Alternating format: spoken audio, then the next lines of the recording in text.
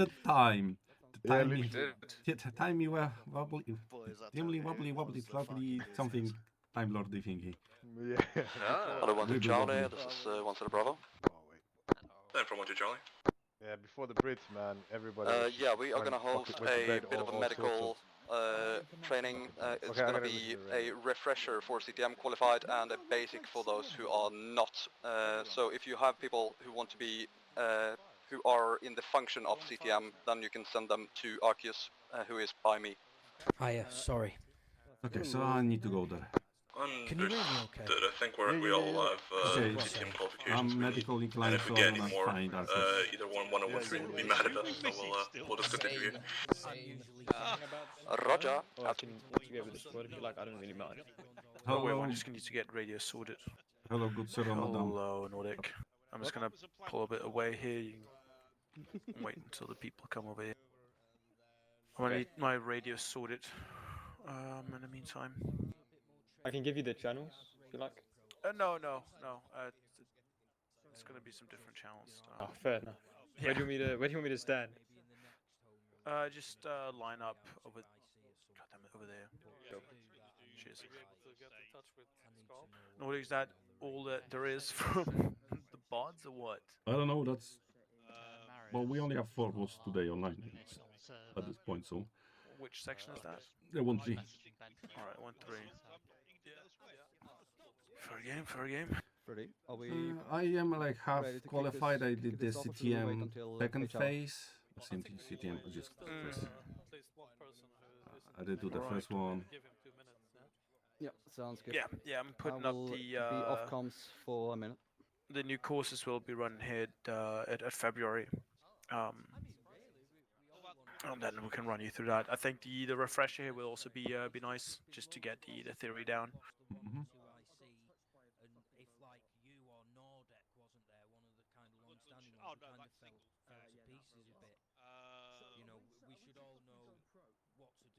Where the fuck do I?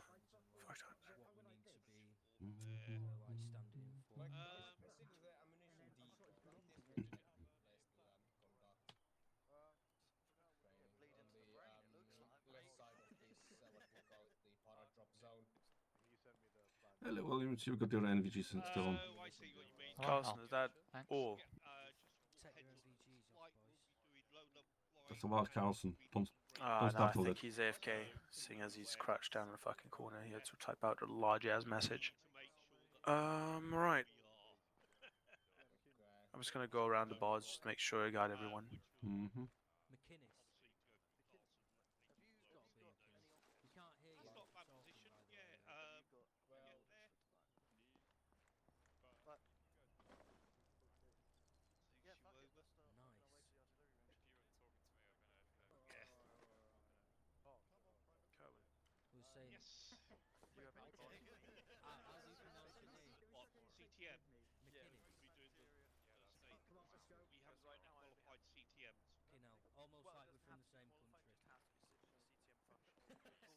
Version 2, and he'll be known as an acceptable casualty. We're taking the back Syria. Which one are we going to? Artillery range. Artillery range. Okay, let's see if I can fucking find Right, I hope this works.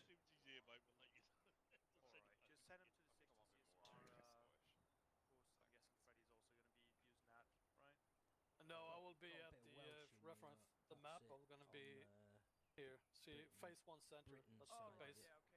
My mum's part Italian and never lets me forget it. Alright, chaps. HR1 has started. I hope you all know what you are gonna do. 1-1 and 1-3. You can teleport to the phase 1 center, please. Just come over here, sure. Wow, someone's bossing a strap. Okay. All right, we'll just go to the 16 CSMR center, and we'll be running some lanes there. Robots. All right. All right, come on. Which one was it? Tag Sorry, along I for didn't catch it. The 16 CSMR lines. Tag along with Freddy to the basic phase 1. Okay, let's roll, boys. Go 1-3. What was the flag? 16 CSMR lines. Any 1-3 Colson, this is India 3, message over.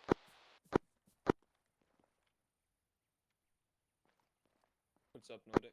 Everyone 3. Alrighty. good. Are you going to bring your lads to the Phase 1 center, over? Yes, we'll be there in 25 seconds.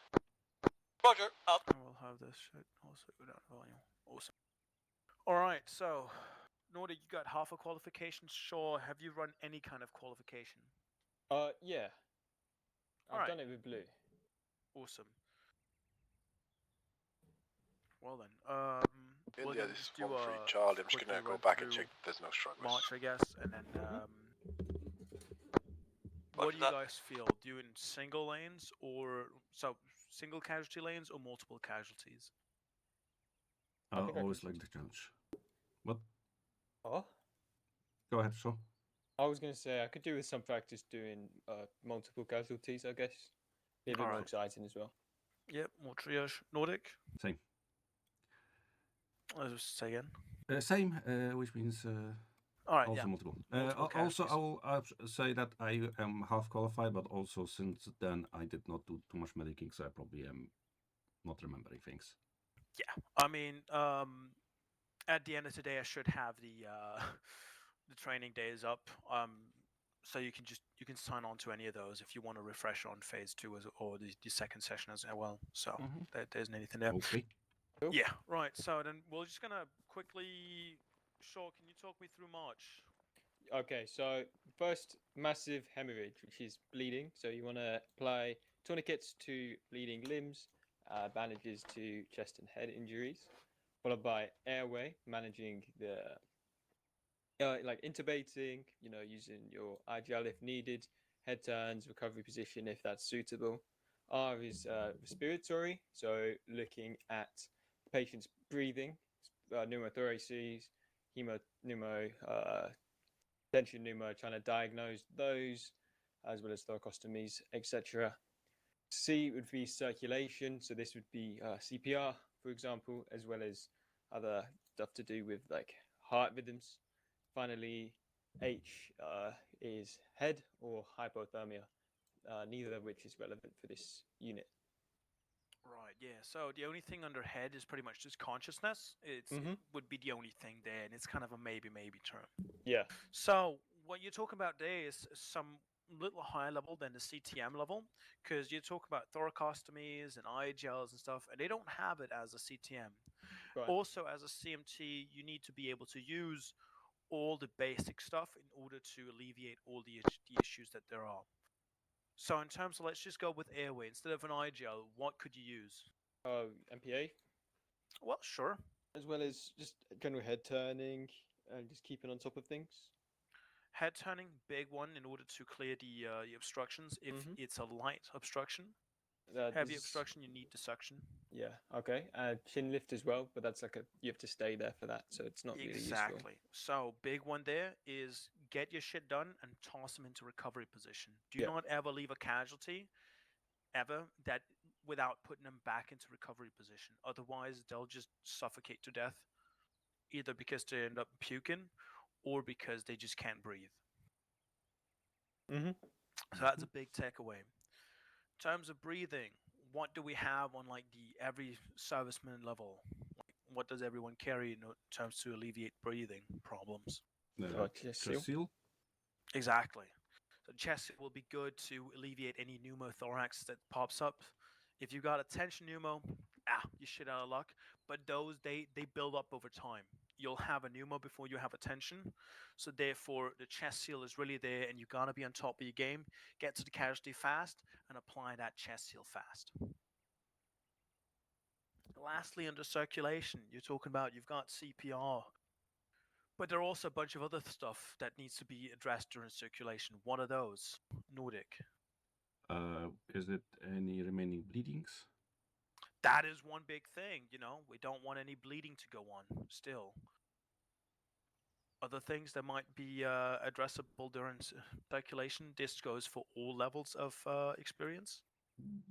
Maybe also, you can check your heart rate, how it is. I don't know. Yeah, That's circulation. yeah, heart rate, yeah, pulse. Nothing else on my head. Anything else you want to add to that, Shaw? I think fluid bags. Definitely fluids. Yes.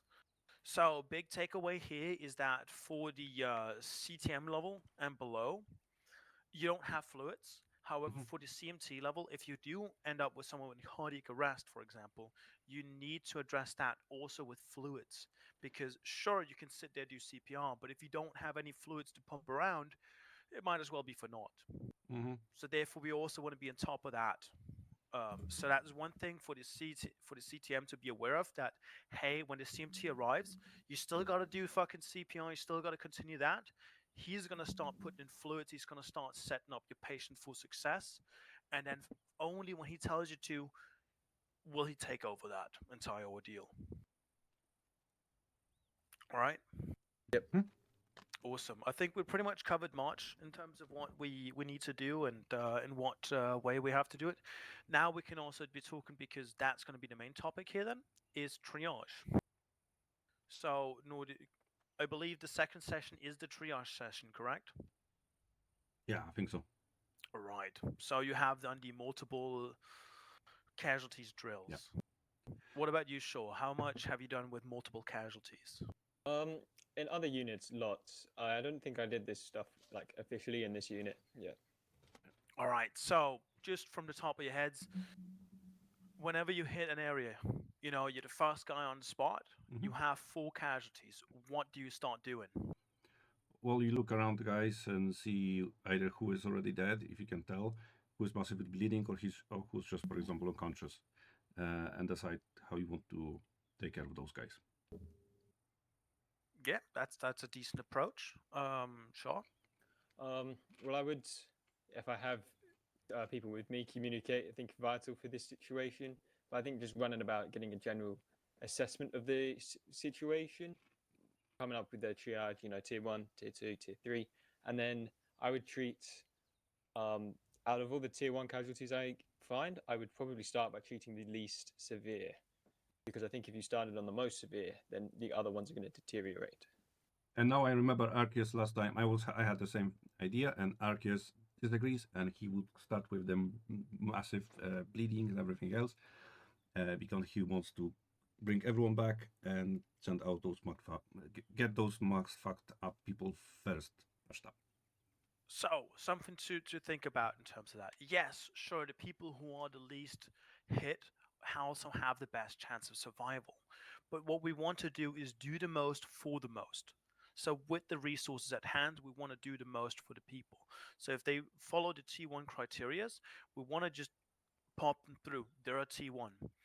Sure, we can't save everyone. If everyone's T1, they're going to bleed out, but we'll try and save as many as possible with the current resources at hand.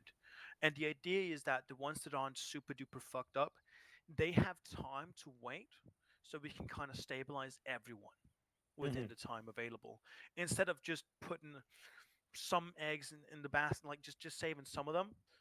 We can actually get to a point where we'll be able to address every single one of them, hopefully. I think it's important to be dynamic in these situations. Definitely. I definitely wouldn't approach it on a fixed mindset of, this guy's only got 1 injury in his arm, so I'm going to treat him first before I look at the guy with 6 bullet holes in his chest, right? You'd have to be a lot more dynamic than that. Yeah, you have to be dynamic yet rigid. It's a very up to the situation kind of deal. So one of the things that you said, Nordic, is hey, you want to assess all the casualties, and then you want to go for the one who is the most hit. And that is a perfectly valid thing, especially when we're dealing with these spawners. With these spawners, you have every single casualty within this yellow square.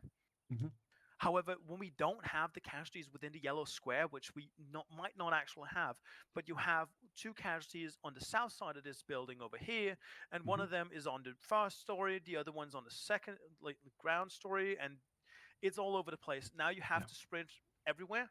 You just take an area, and then you assess those casualties. And everyone who's outside the area, they can try and survive until you get to them, or they get fucked. That's kind of the nature of triage. Oh yeah, absolutely. Yeah, the idea I had was exactly like you said, we're in the specific area. We have multiple casualties, and we're treating everyone. Yeah, I agree.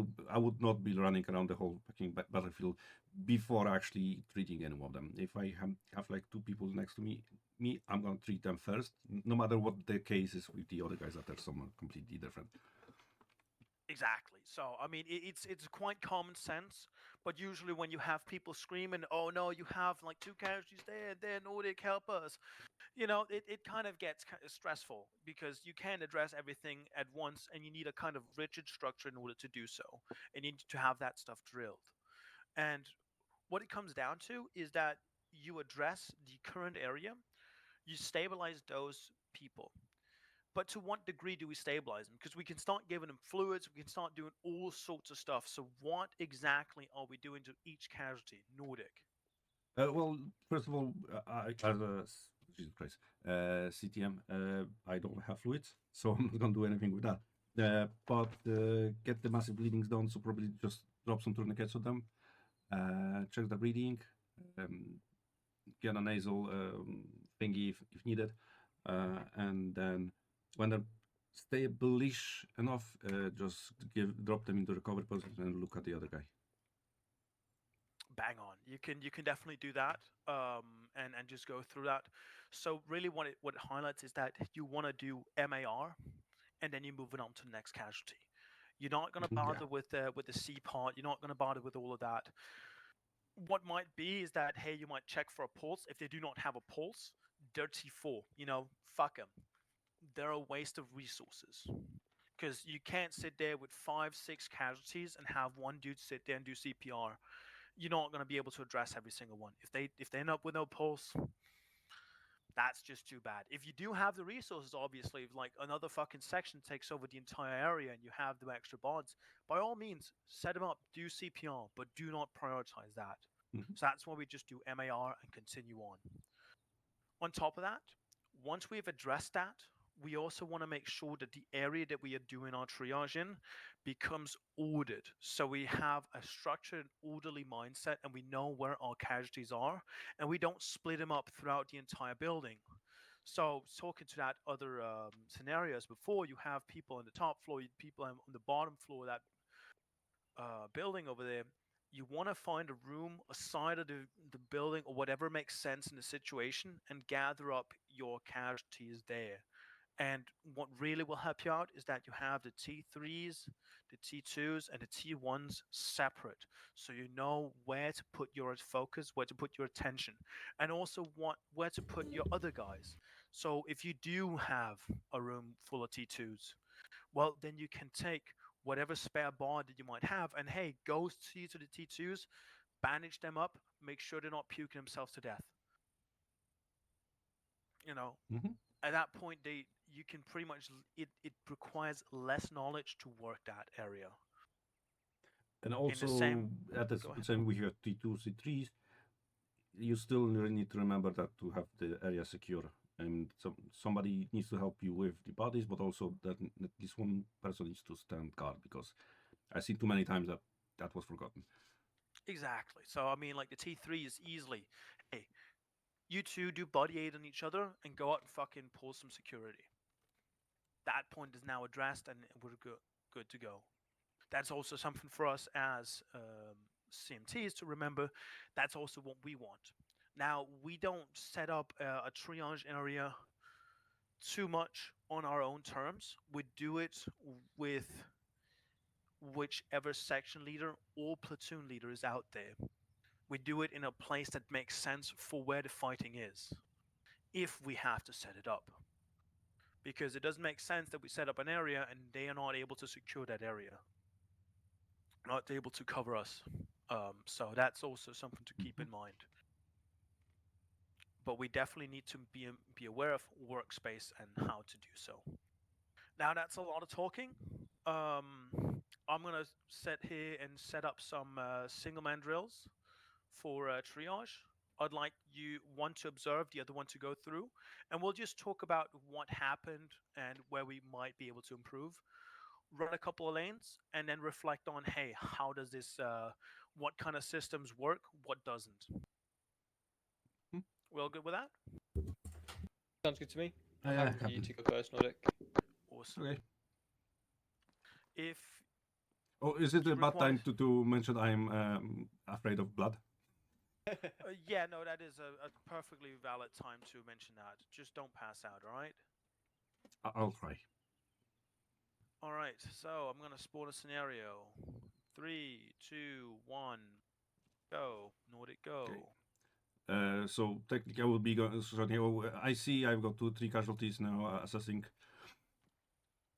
This one is mother bleeding, lost a lot of blood. Mother bleeding, lost a lot of blood. Mother bleeding, lost a lot of blood. Okay, so they are mostly the same, but this one like has three limbs bleeding. Jesus Christ, everyone's fucking bleeding everywhere. Okay, let's start with this guy. I'm gonna do a tourniquet and, Yep. and check. Sure, make sure you just look at all the patients and look at what kind of injuries they have. Yeah, I am. Yeah, And a big one here is just to see, hey, how do we need to address these patients?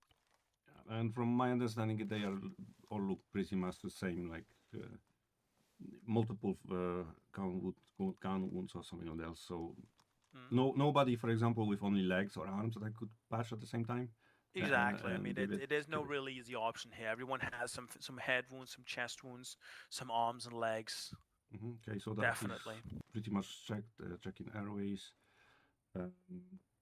Clear. Okay. And is he breathing? Where did I check that? Jesus Christ. I forgot. Where do you check that?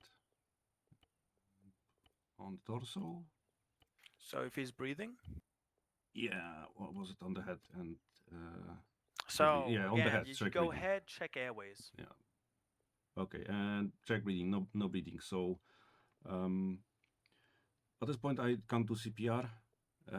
Airways are clear, so he's not bleeding. So there's something bigger fucked up with him. Right, yeah. Up to this guy, I'm gonna do tourniquets again.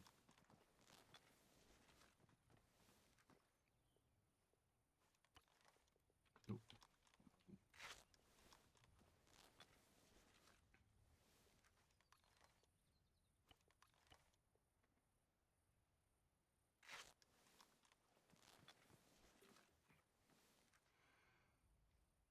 Doing bandaging. Okay, no longer bleeding. Check airways. Obstructed. So from a, no, actually, I could do a tourniquet. Changed anything? Medical section required. Okay, so I can't do anything with him. I will. Oh, actually, what I forgot with the other one is to put him in the recovery position, because that's something I could have done with the last one.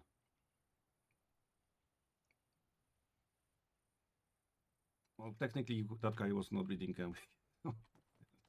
Won't help that much. And this one, okay, he lost a fatal amount of blood, so he was last in line. Sorry, mate.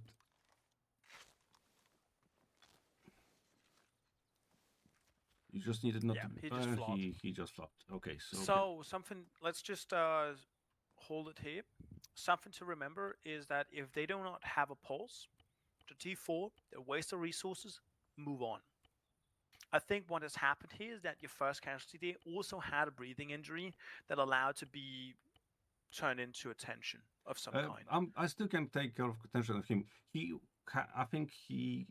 I didn't check the pulse, but he was not breathing, but he had a clear airway, so that means He does not have a pulse. he doesn't have a pulse. So, but I checked the pulse when you were checking the airway.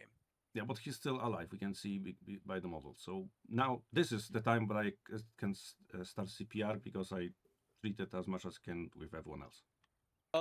I think it's important to think of what could have caused the cardiac arrest, because we stopped the bleeding and we had a clear airway. Then you've got to think, okay, what has caused it? Because it might be something that you might not be able to resuscitate this patient just with CPR, in which case you're just wasting time. And if this patient does have a tension pneumothorax, you won't be able to resuscitate him until you clear that tension. Yeah. So basically, with the tension pneumothorax, if that's allowed to sit there, you won't be able to do anything with CPR. However, you do have a patient over here, Oliver Jackson, who has lost a large amount of blood and has also lost his pulse in his carotid, which means that he's without pulse and could probably do with some CPR. And it's most likely because he's lost too much fluid, Whereas the first guy you're treating here it's a breathing issue. It's one of the types of patients that kind of just fall through the gap unless we're really on top of it and you toss the chest seal very early, and you can't know that.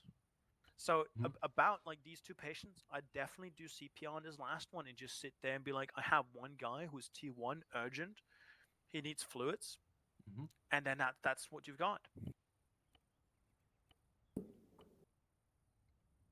But really, it seems like it's just bad luck with it. In terms of injuries, in terms of yeah, you can even see if you go on to Michael Brown, the first guy you were treating. Now you can see on the overview text on the right. Have a look at Michael Brown. There's be a good learning moment, Nordic. Look at his head. This is a now we can confirm it's because he has a tension. Whenever you see that purple text, noticeable tracheal deviation, it is one of the late stage symptoms of a tension pneumothorax. Do you know what a tension pneumothorax is? Aside from just being a word. What it does, that means there's the cavity in the next to the lungs is full of that you can't. Exactly. Exhale. So we've blown up a giant balloon in his thorax, and he no longer like the heart don't work so good. So that's definitely why, and it's there's nothing you can do about it. However, with this last guy, Oliver Jackson, all he needs is probably fluids. Sure, if you just go ahead and start resuscitating him with fluids. He's T4. Well, he's a hypoxic, so it's gonna be it's gonna take like 10 minutes to resuscitate him. I think so. No, don't die on me. You can try if you want, but I reckon he probably go at ahead. 65. Okay. I'm gonna get some fluids going. We need to get a BVM on him very quickly. He also has an obstruction, so I'm gonna clear that obstruction. Right. He just fought. Well, sucks. Nordic, have you heard of H's and T's? You might not have been taught this. No, I that's don't part remember. of the first session, so no, he is not. Okay. So H's and T's is this mnemonic that we use to remember what things can cause cardiac arrest. Because there's only certain things that can cause someone to go into cardiac arrest. And these are things that also prevent you from being able to resuscitate them. So if they meet one of these criteria, any CPR that you do is going to be pointless because you can't bring their heart back. So these are hypovolemia, which is a loss of fluid. This is the obvious one. If they've lost a fatal amount of blood, then they're going to go into cardiac arrest. Hypoxia. Hypovolemia? Yeah, hypovolemia. Just a big word. It means loss. Not enough volume. Not a volume of blood. Hypoxia. If a patient has an SpO2 that is really low, so moderate to severe cyanosis, and on a pulse oximeter it will be low end, so 70% and below, 70, 75. This means that there isn't enough oxygen in their blood for the cardiac muscle to work. If they are hypoxic, you can't bring back the cardiac arrest without raising their SpO2. For this patient here, because he had severe cyanosis, you would have to, as well as perform CPR, give him a BVM in order to raise that, which would then allow you to restore his heart. Next is hemothorax. So if a patient has a severe hemothorax, then this will prevent you from being able to resuscitate them. And finally is tension pneumothorax. And if they have tension, again, no CPR is going to make a difference. Well, And there if was I a lot remember, of fancy words running through a lot of the issues that kind of can be shown with these three patients pretty well. I think this is one case. What we need to address now is why did we end up with this scenario or this issue that we had. So something to remember in terms of these casualties is look at the color of their limbs, see which ones are the most discolorated in terms of tourniquets and chest injuries, so that we are addressing the most bleeding first. Yeah, and these three were basically all of them had at least 2 limbs or even 3 limbs. Everyone had 3 limbs. Yeah. Everyone had the chest. Some of them had the head. Like all of them had the head. So technically, like it was whoever I thought it was best to try to clear. Maybe this guy, maybe Oliver. He doesn't have a head injury, but Yeah. Really? So this is a kind of a shit stick of a scenario. It's just something to be aware of. It's also something to for sure to take notes of. Is that hey, make sure you're addressing the most bleeding, so we get the most bang for a buck. Yeah. So that means if we have some dude with 2 red legs sitting over here, and this guy's all yellow, well, let's get the 2 red legs fixed, because then we can pretty much be done with him real fast. Yeah.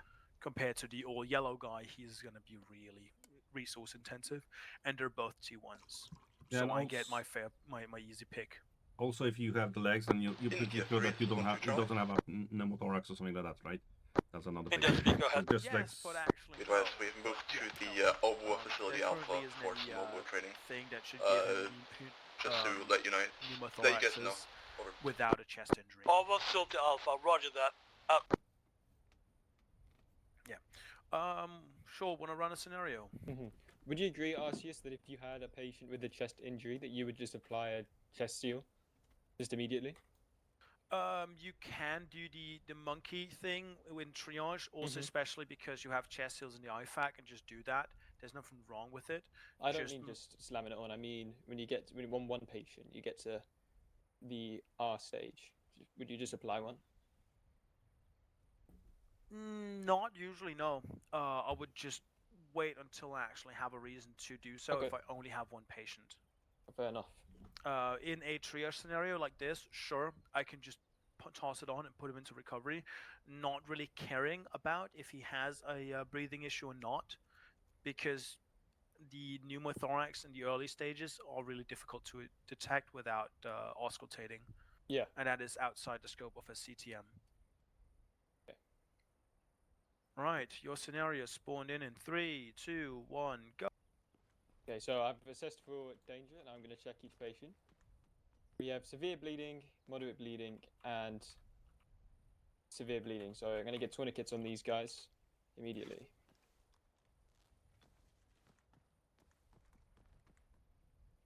I'm probably going to tourniquet this man, then tourniquet the other guy with severe bleeding just right away, because I know that he's going to deteriorate really rapidly.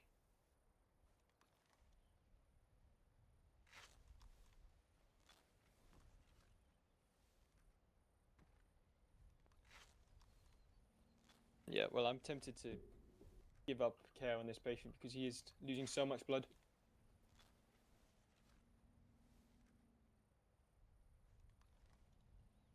I'm going to put an emergency trauma dressing on him as well, just to make sure he stops losing any fluid. Yep. I'm going to go back to my original patient.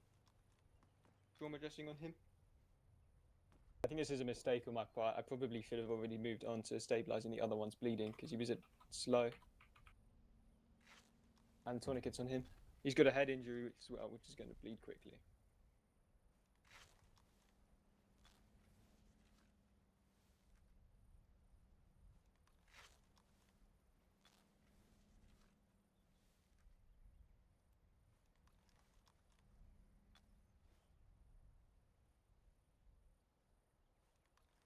Alright, I'm returning to my original patient. I'm now going to do march. Airway.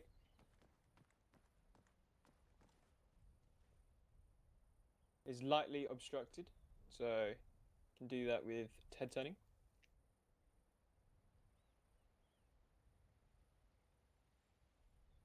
Lid, checking for breathing. Patient is not breathing, so I'll check for a pulse. No pulse. So I might, if he's T4, I might return to him later. This patient, no pulse as well. I don't think any of them have pulses. No. No, they do not. So I'm just going to continue with the treatment plan I have for this patient. I need to get I'll probably just start CPR. I think a fluid bag would also be beneficial here.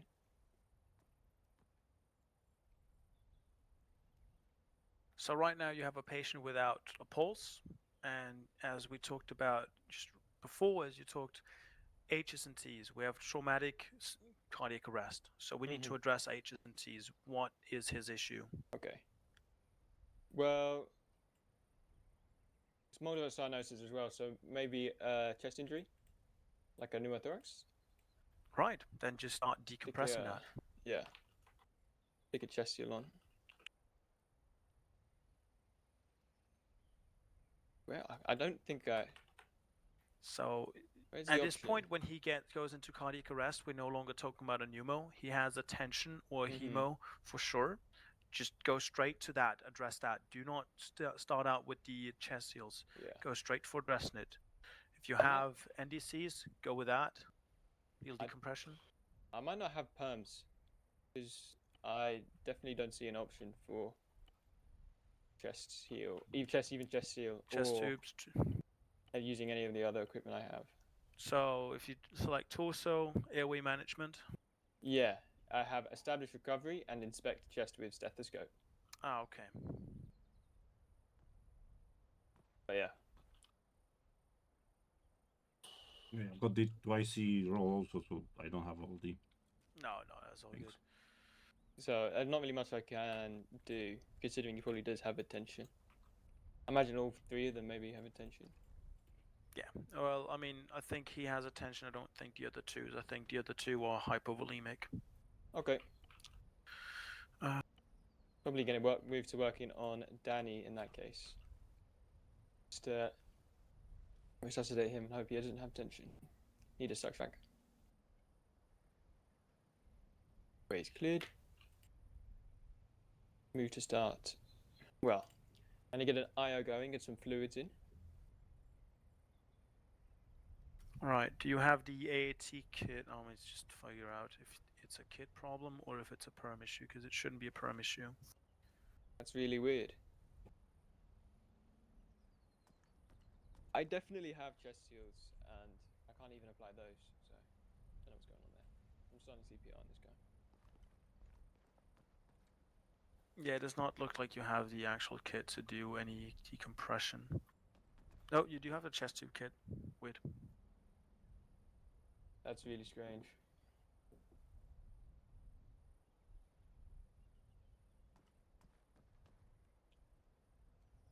Alright. Well, then let's just hold it here. Okay. That's quite frustrating, but... Definitely. I think out of all of these guys, I probably should have assessed for pulses first. I did forget to do that in my initial assessment. He was probably... I probably shouldn't have treated this one. I think he was too far gone, and these two were probably savable. If I was a bit quicker. So, I mean, all the scenarios I'm sporting are actually savable, but they're not easy at all. And it depends. They become more savable the more meta you have on them. So you know which patients to look for and stuff like that. But what you can initially assess for is you have this guy right here. His one arm's completely red. You can do that with a tourniquet, and immediately you're going to stop a large amount of his bleeding. As well as your point before, hey, he went to slow bleeding. You don't need to assess his bleeding right now anymore. Unless he's lost too much blood to where we're, fuck, he can't be bleeding at all. Otherwise, we go into, that's a circulation problem, and that's going to be addressed later whenever you have MAR under all of them addressed. Yeah. So, definitely look for other single limbs with color red or dark orange, so we can address the most bleeding in the shortest amount of time. Got it. Alright? Yep. Let's run under the scenario. Can I add something? Who's up? Nordic? No, it's me. Carl wants to do it. Oh, Scar wants to do? No. I just wanted to add something. Yeah, Okay. fucking pipe up. So you've taught them to assess for danger when they come into a situation. That's fucking brilliant, because that's the first thing you should do. Sure, how many pairs of arms do you have? One pair. How many casualties do you have? 3. So, if you ever come on that, first thing you do after you've checked if it's safe is you go, I need fucking help. Absolutely, yeah. And that's all I have to add apart from that. Beautiful. I'm loving watching this. It's so well taught. Could be better if I could have saved one of them. Doesn't matter, that comes in time. That's what you do. You're right at the bottom of the rung now. You've got a brilliant teacher in Arceus who will get you right the way to the top. The best piece of advice I can give you, just listen. Yeah. Nordic. Yes. Have Right, I'm you gonna clear out the way picked and up a let you whole carry bunch of tourniquets and shit? So are you restocked?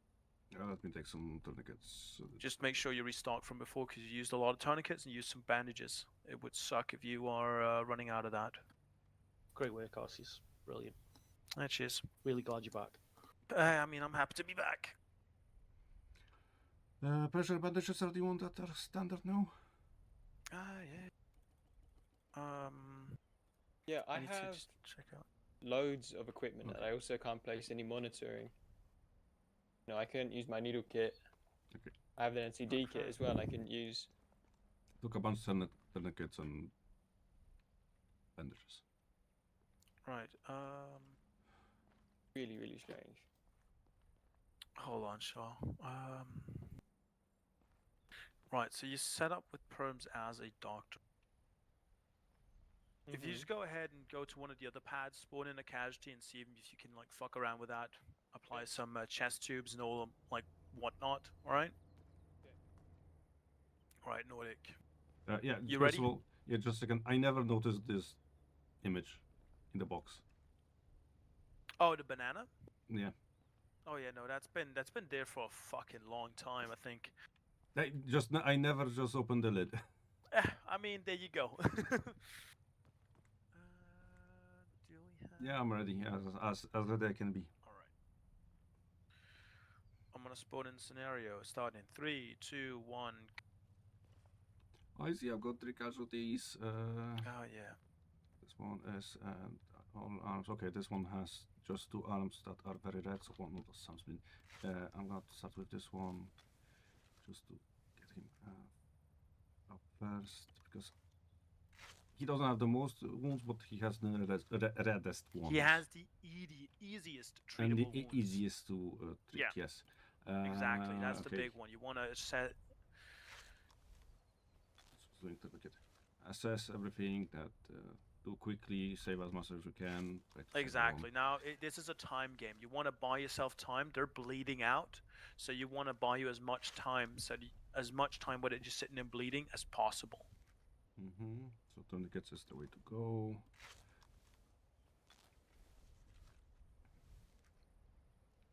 Okay, slow bleeding, so moving away. I'm trying to get this one. This one is the most far away gone, so probably won't be able to save him too. But still, at least get the tourniquets.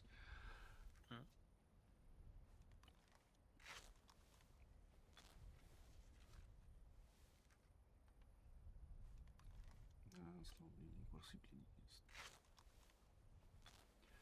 Okay, then I'm gonna go with the guy that had the other chest wound, because this one doesn't. Oh, this one also has a chest wound.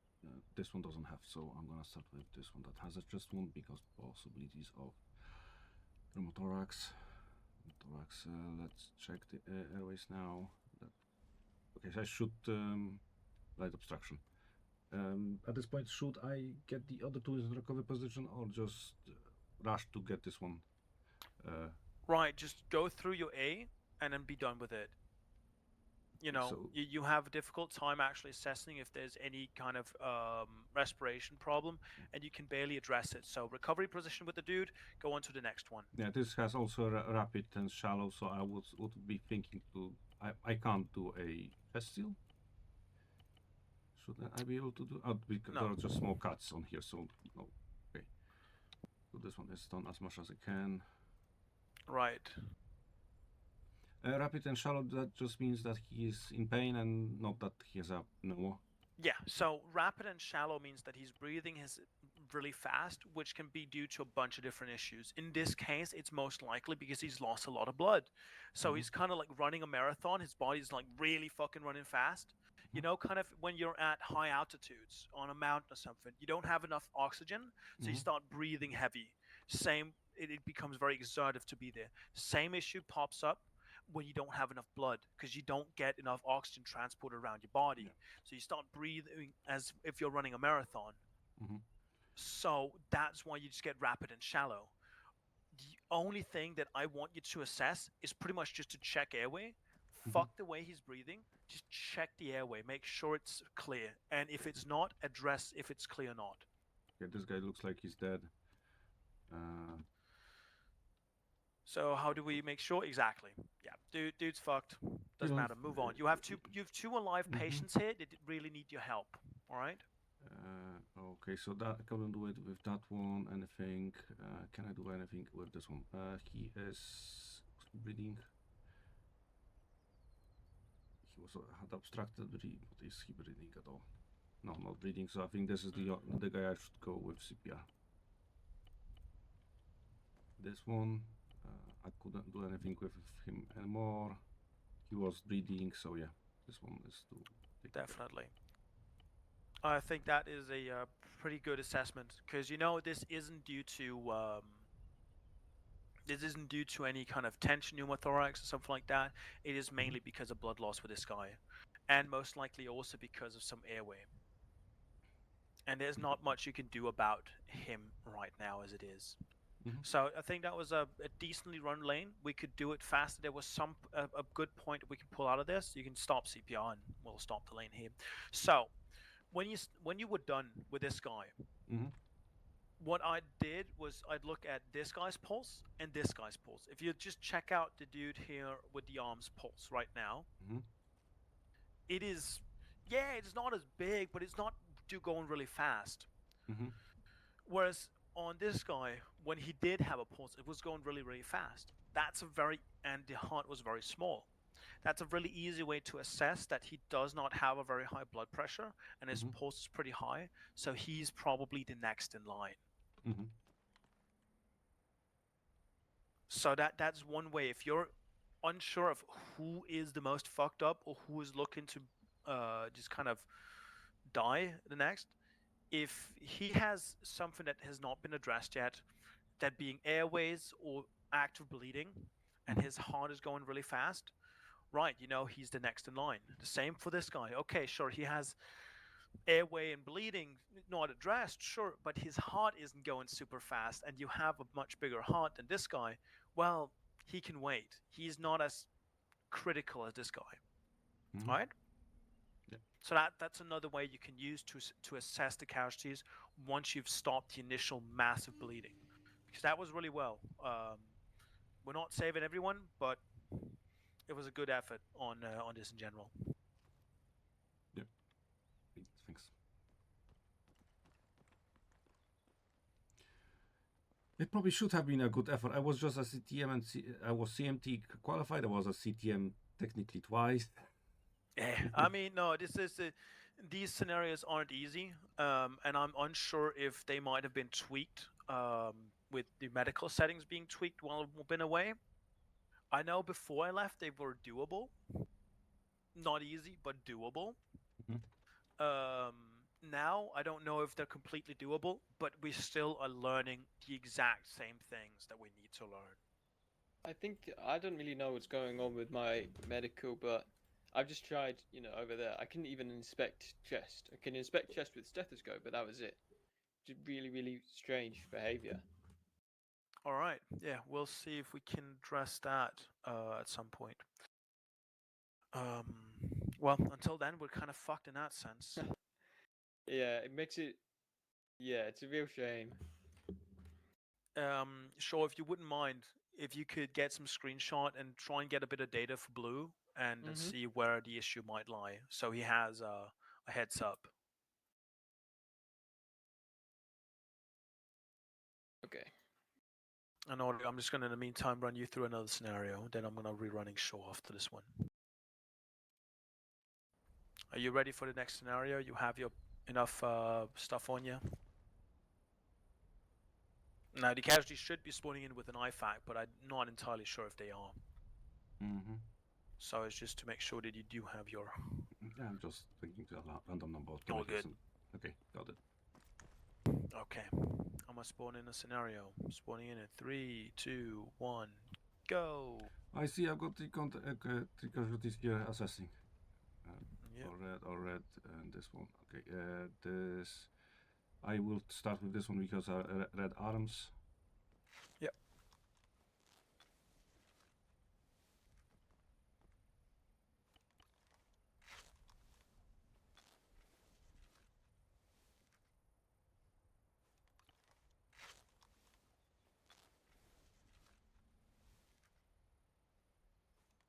Okay, slow bleeding. This one is moderate bleeding, severe bleeding. So I'm gonna take this. Take this one. Hopefully, time.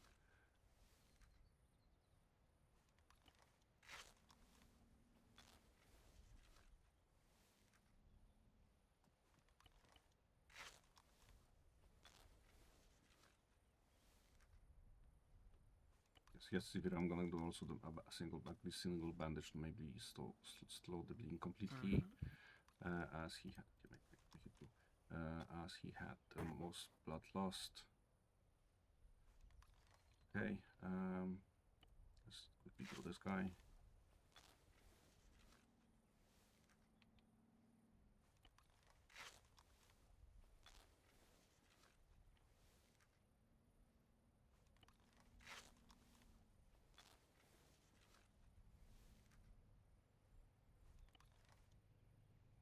Finish with bandages. Okay, I'm gonna make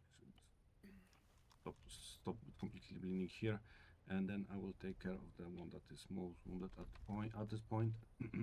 So let's check his breathing and leg obstructions.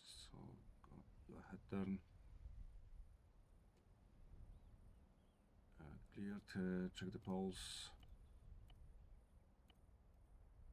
No pulse. So I'm gonna drop him into recovery and take care of another guy because I might be able to do something more to the other guys. Okay, out of these two, let's check. A large amount of blood, so this one is more fucked up. Feel the pulse, no pulse. Check airways. Obstruct, so I'm not gonna be able to do anything with what I have right now. So I will try to see what with this guy. Clear. How's his pulse? Fast and shallow. Was it fast a little bit? So out of these guys, this one still is alive, so I'm gonna drop him again into the recovery position, and I'll probably start CPR with the guy on the right. As I'm out of these two guys, I think this one is in better shape. He probably doesn't have a pneumothorax, so his issue is probably with the fluids in this case. And yeah, Yep. that's how I begin CPR and Yeah, there's pretty much nothing else other than playing from some outside stuff. Perfectly fine assessment there. It seems that now, whenever they lost a large amount of blood, they instantly lose their pulse. So keep that in mind. You can kind of cheat that way as soon as you see they've lost a large amount of blood, they don't have a pulse. You can just assume that from the get-go, and from there on, you can kind of assess if you're able to save them or if they're a waste.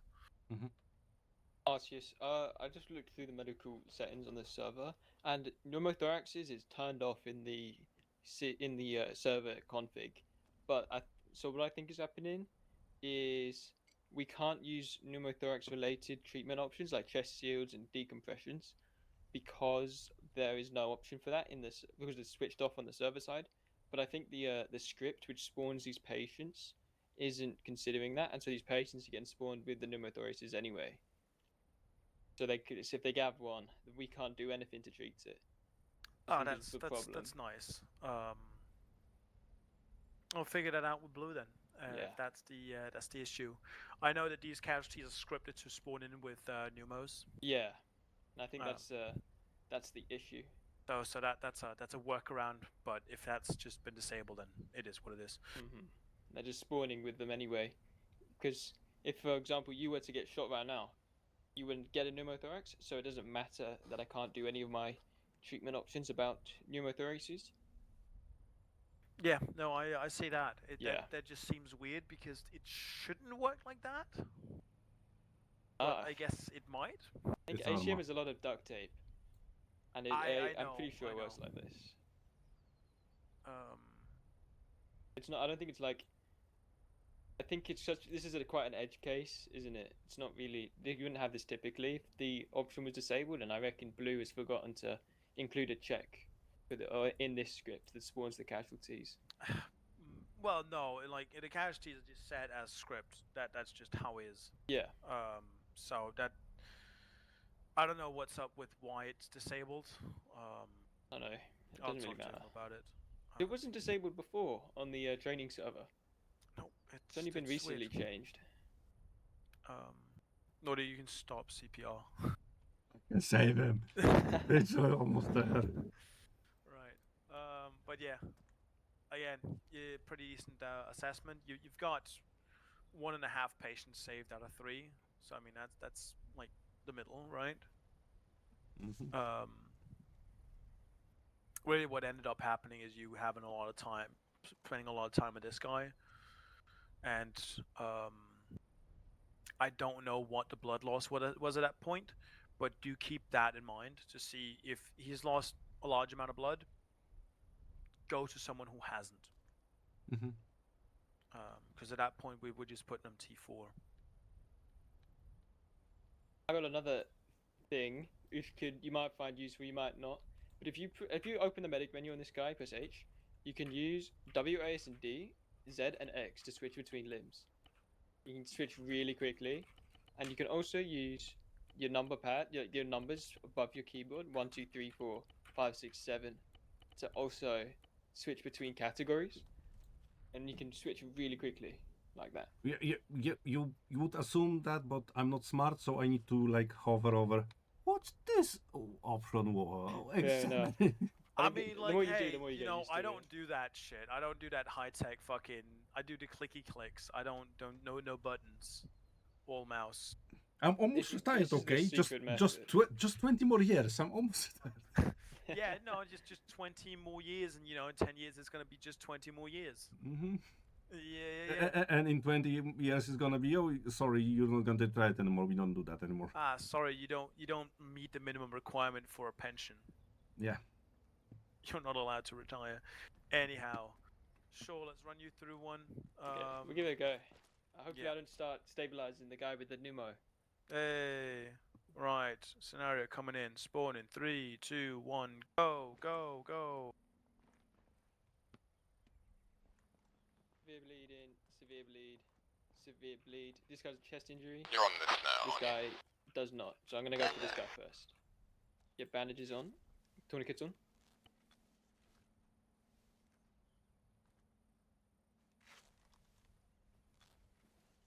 One in. I won. I was first.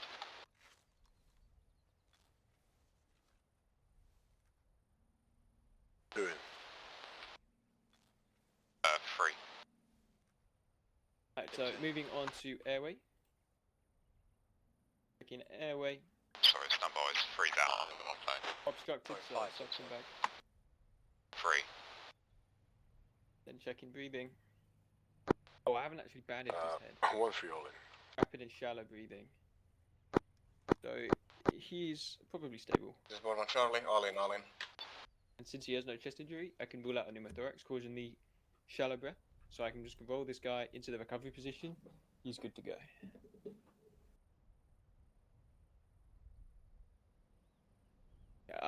Once I've stabilized everyone, I'll come back and give him fluids because he's not going to wake up until I give him fluids. So tourniquets on this one. I can tell you that all the other patients have now lost a pulse. Okay, thank you.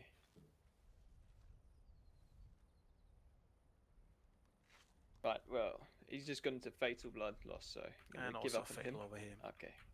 Well, I'll just continue working on this one then. Get some IV drips going. Then well, I'm not sure if this guy's savable without another person. If I had 2 people, I would instruct one of them to get on a BVM so I could help raise this guy's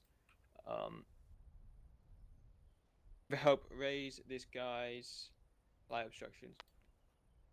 SBO2. Yeah. I just need to get fluids in right now because he's hypovolemic.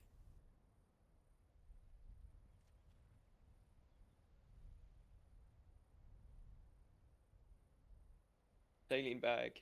I'm going to stick both saline and plasma on because that will help it diffuse faster, and really, I just need blood volume in this guy. And then CPR. I'm going to cycle 30-second CPR, 2 breaths, 30-second CPR.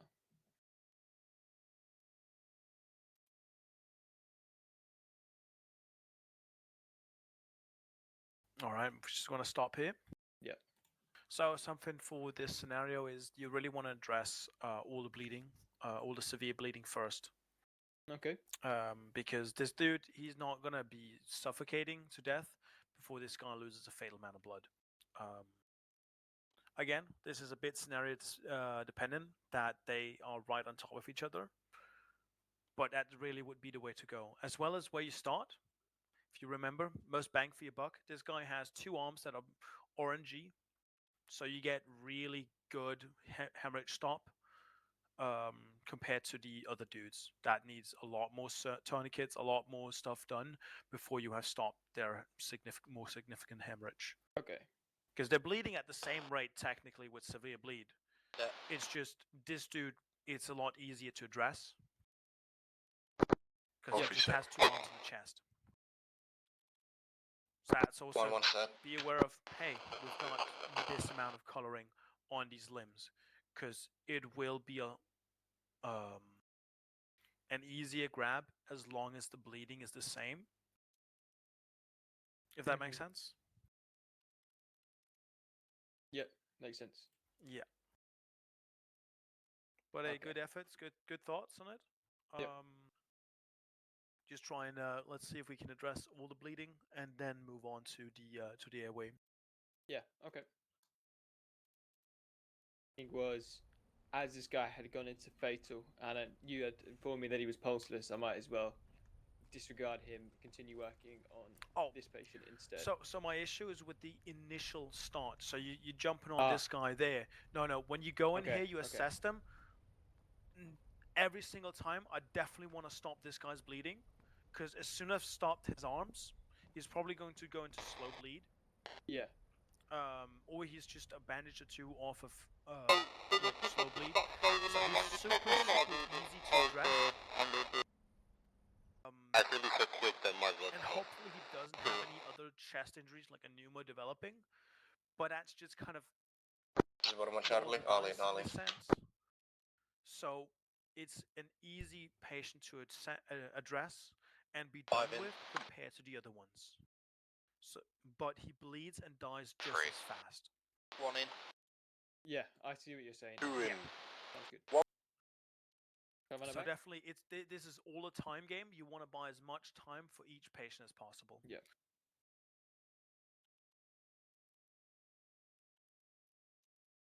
Who's up for the next one? Show you up. Okay. Sporting scenario. Do you have your all your resources? Do you need to restock on anything? I think I've got plenty. Then I'm gonna spawn in 3, 2, 1, go. Okay. So 3 wounds. All of them are very similar number of wounds. Probably going to start with all moderate bleeding as well. Okay, I'm just going to start on this guy.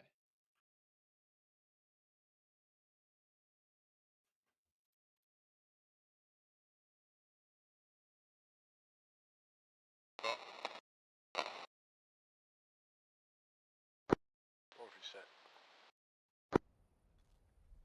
1 set.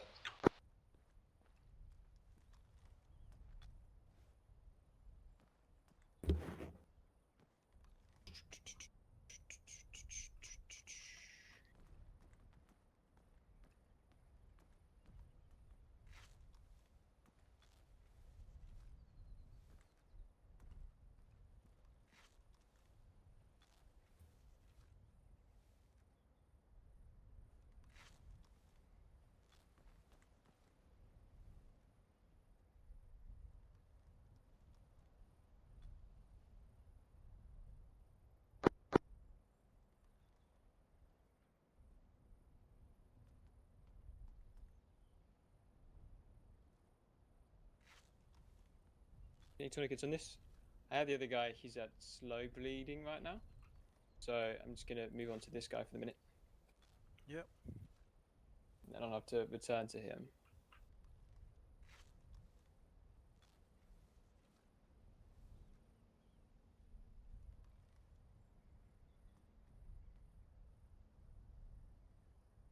Okay. All those bandages are on. I believe all three of these guys all have chest injuries, so I'm just gonna pick this one. Check his airway. Clear. Checking breathing. Patient is not breathing, so he's got some tension probably. I'm gonna leave him as T4. Checking airway. Light obstruction. Head turning.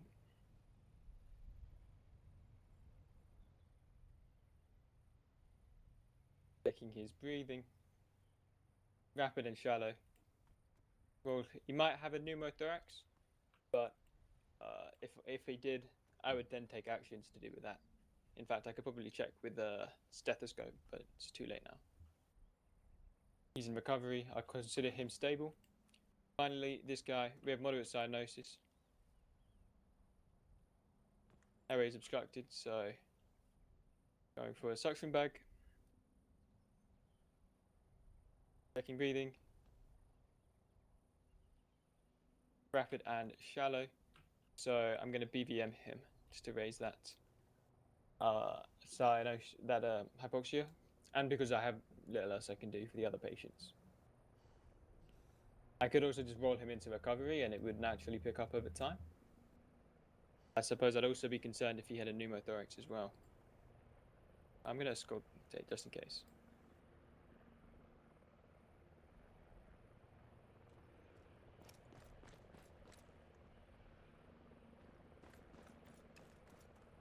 Or it's just like real life. You hear a chopper, you go out looking for chopper. Oh, Of course. okay. I'm not saving lives right now, so I can. Yeah. And Well, even then, you know. I think that's 2 patients stable.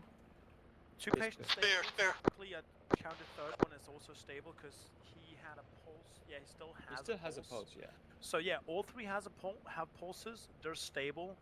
There's some underlying condition maybe with some pneumo that is not anything we can address because of current issues. So yeah, now we pretty much they're good. You know. Yeah. If you had a chest seal, you would apply chest seal, and in this kind of scenario, you just want to be able to close them off. So have them be kind of self-sufficient. Every once in a while, reassess for reopening of bandages. But other than that, no. Now you can go to actually start wrapping their wounds so they can be on their own, and you're ready to receive new casualties. You're able to restock. You're able to take up security. You're able to wait for get an evac plan going. Because, right, we have 3 stable patients in our little triage area. Now we got to think about evac. If we're in a tiny little fucky room, we want to think about how do we get them out of here and where do we need 16 CSMR to rock up to with their ambulance.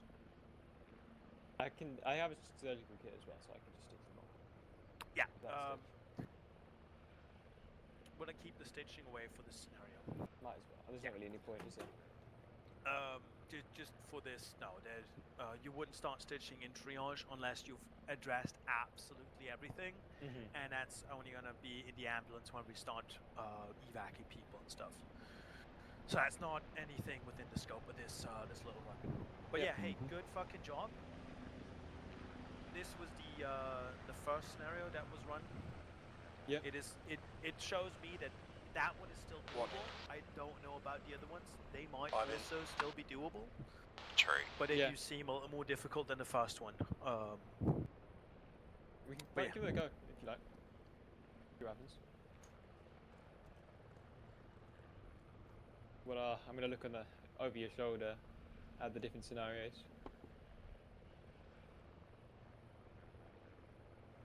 All right.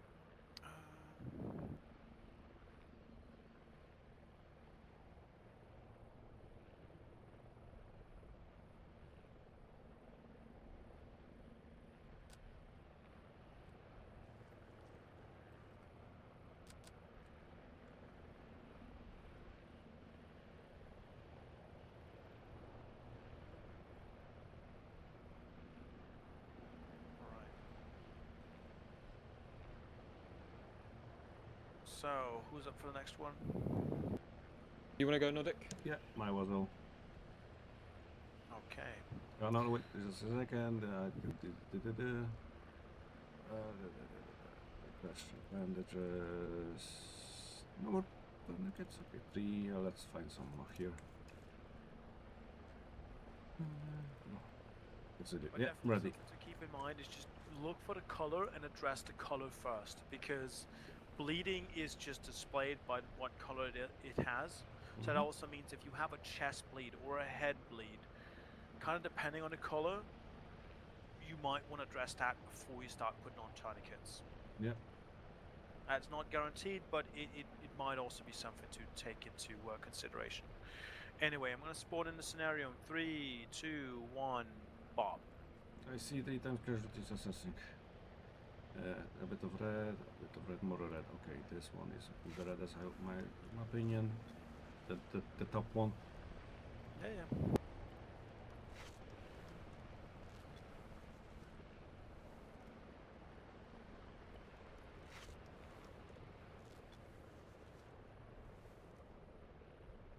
Okay, slow bleeding, moving on to this one that also has a red arm.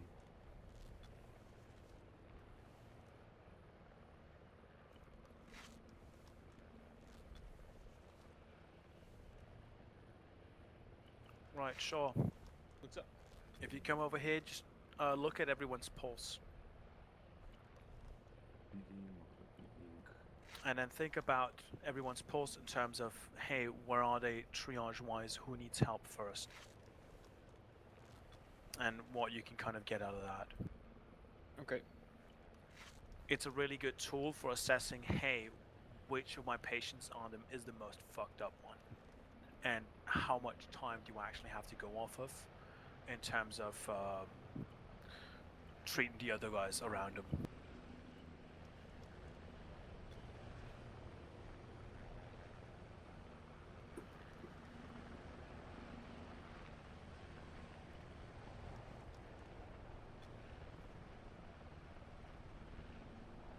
Okay, that's all of them bandaged. Okay, this guy lost a lot of blood, so let's check this one first. Light obstruction from high turning. This airway is done. Check. Bleeding. No bleeding. Okay, I'm gonna drop him into recovery.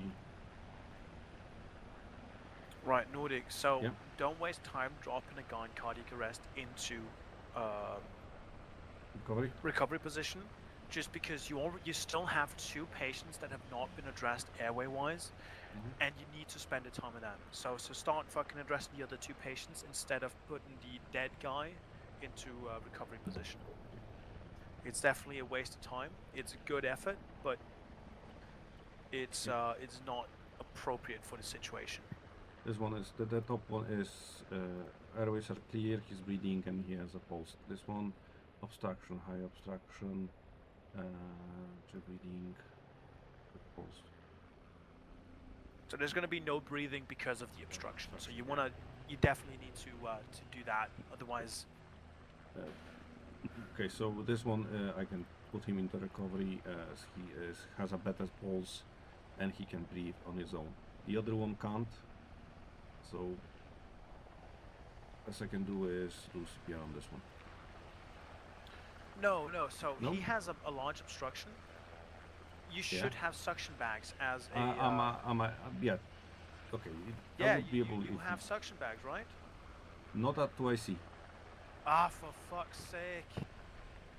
Let me just help you out there. Boom! Now you have a suction bag. Go do something about it. I have a suction bag. Excellent. Yeah.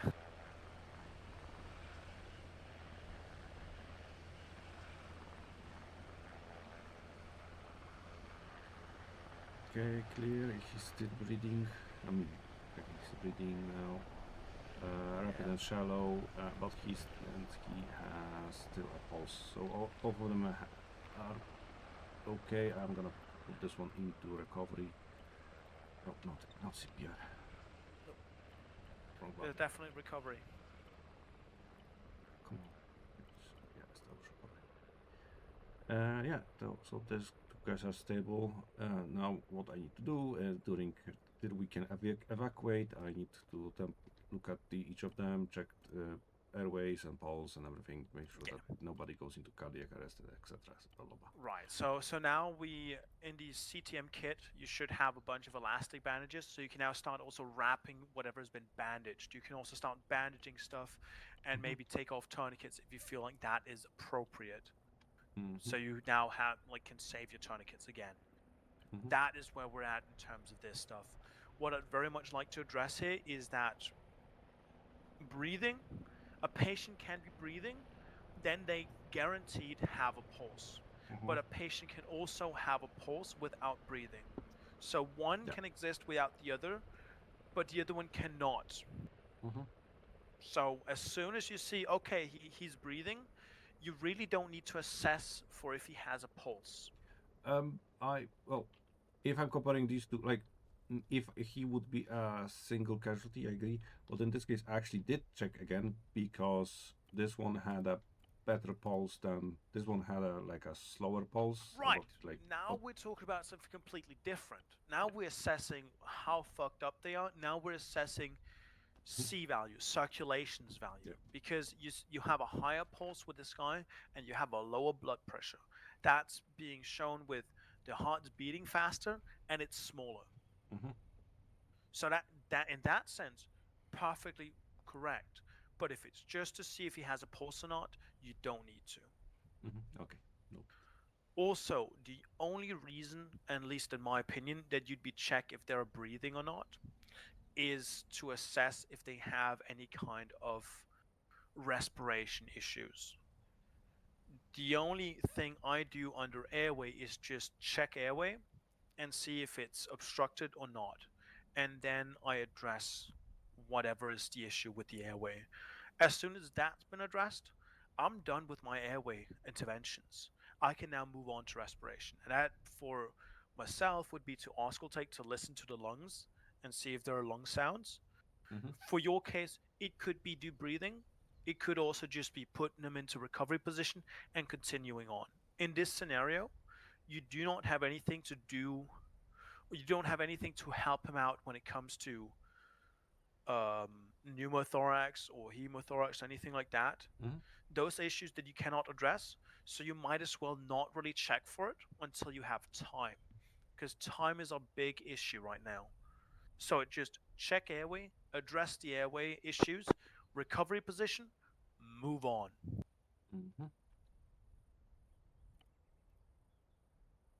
And that's a really big thing. Now, whenever we come out and hey, oh Nordic, you have 3 casualties here, tell me about which one I need to grab first. In the meantime, it'd be awesome if you know that this guy has a tension pneumothorax, if you know this guy has some kind of issues here. But otherwise, it's just luck of the draw. So if you have time, if you have stabilized all your casualties and you're able to assess their breathing and see, oh, this guy isn't really breathing, but he does have a pulse, there's a respiration problem with this guy, sure, you can flag us down, be like, it's this guy you need to address first, you need to address him here and now. But otherwise, it doesn't do anything. Especially not in a triage scenario when you have multiple casualties that need your undivided attention.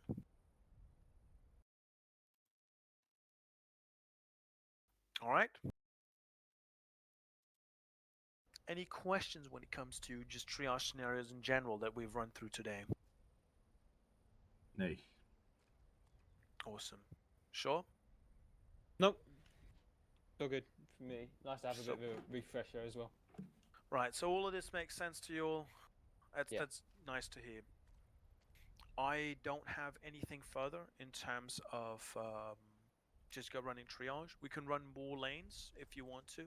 We can also hold here, as it is quite a bit to take in terms of lots of learning, lots of refreshing. I'm fine to stop. I'm conscious of information overload.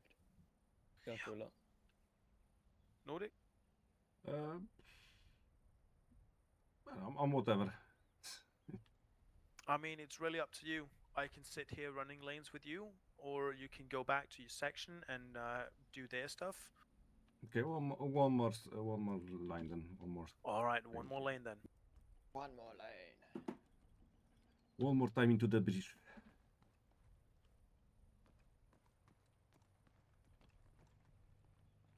All right, Nordic. I'm gonna spawn in the casualty scenario. Scenario gets spawned in 3, 2, 1.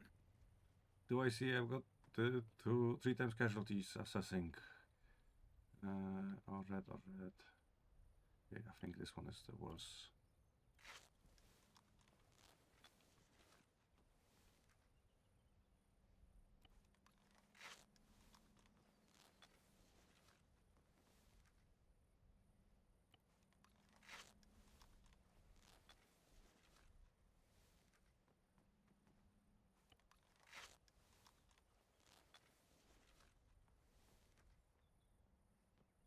Slow bleeding, severe. What this one?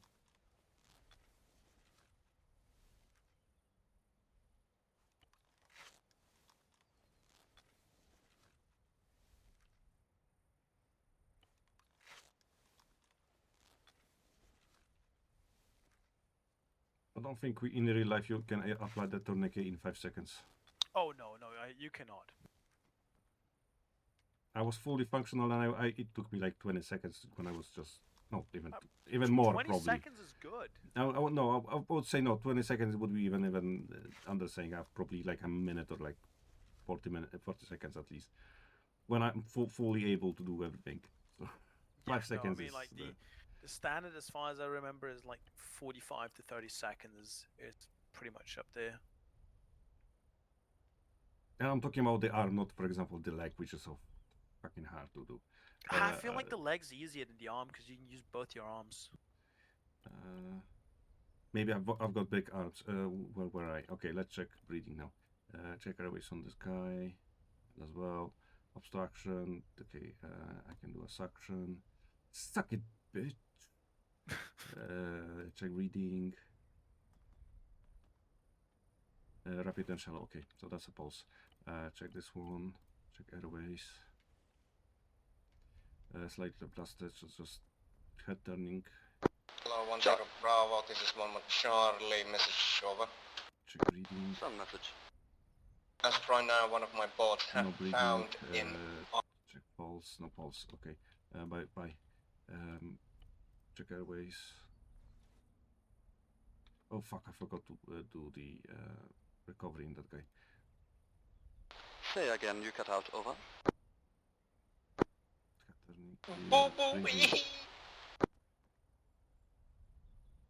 Patient is not breathing. Okay, this guy is One of my bots has found an ID and stepped on it. Over. Recovery.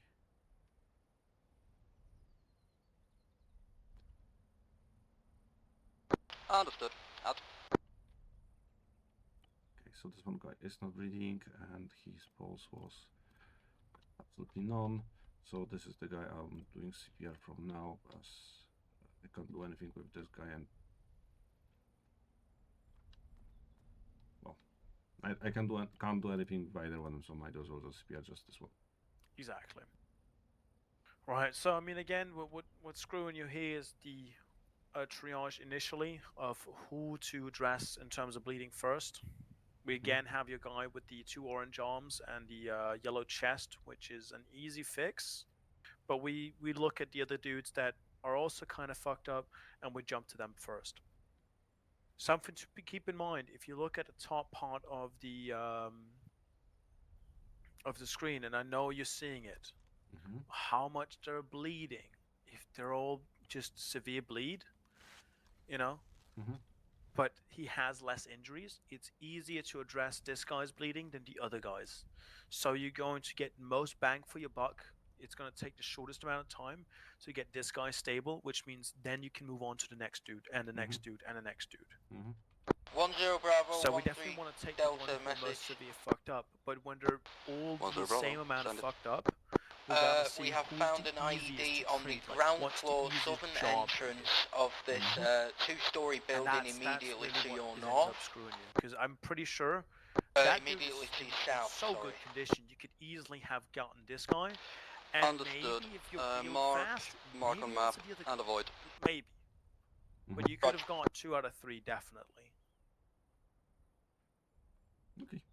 So keep that in mind. Look for the colors, and the dude with most color is most likely the guy you want to pick.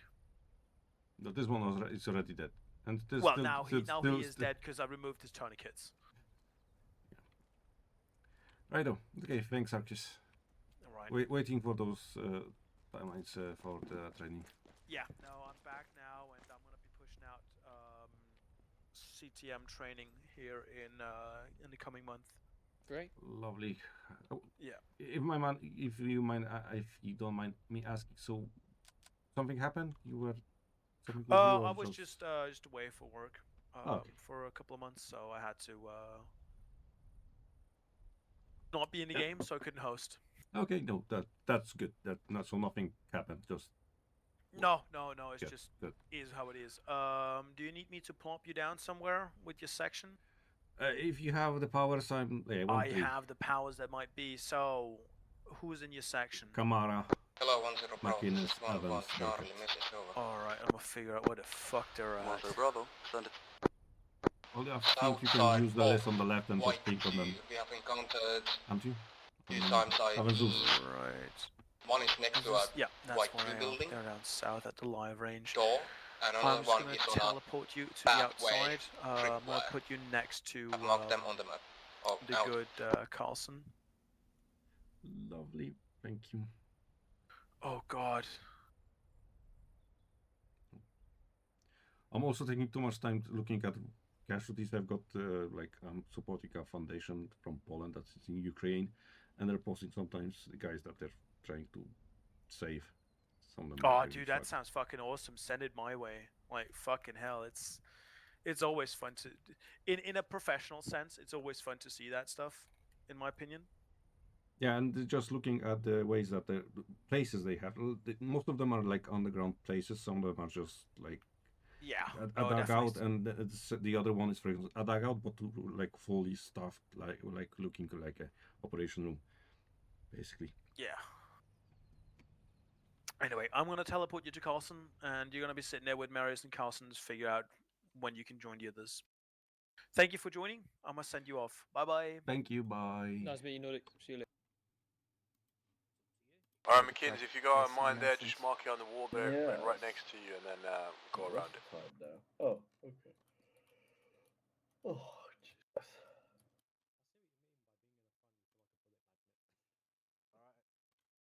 West now.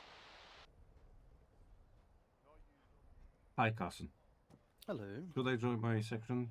I'm back from being a medic. Yes, please. If you wait one. There's someone to the south. Yeah. Yeah, the green box over there. You have Valon. You may want that if you want to go in there. Okay. But maybe I don't want to go there anymore. That's it.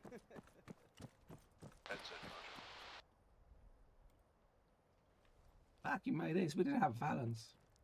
We only have recruits. We have too many recruits.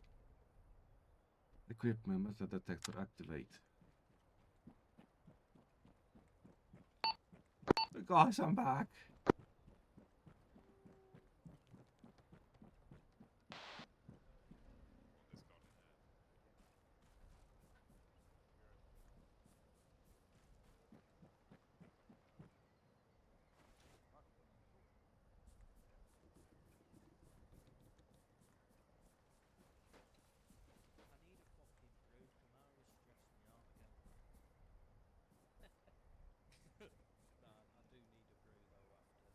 Whenever we next get a quick minute. A brew we drink. Coffee, man.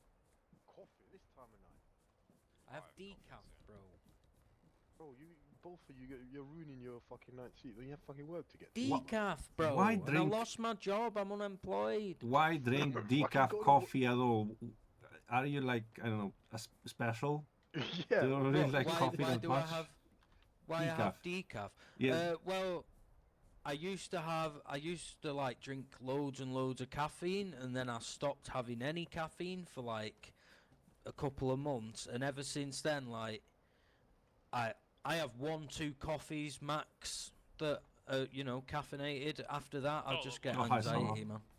Okay, Nordic and Evans, break off and clear up and up to that building and inside it, please.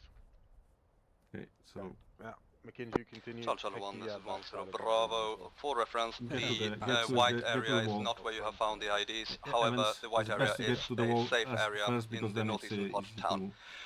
it's an easy marker to see where it was already cleared.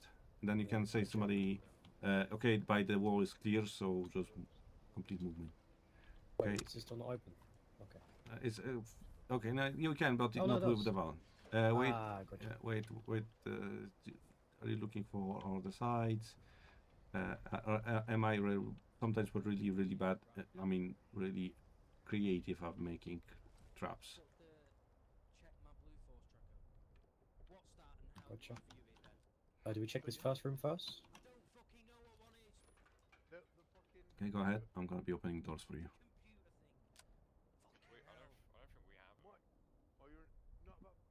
Remember, use your eyes also.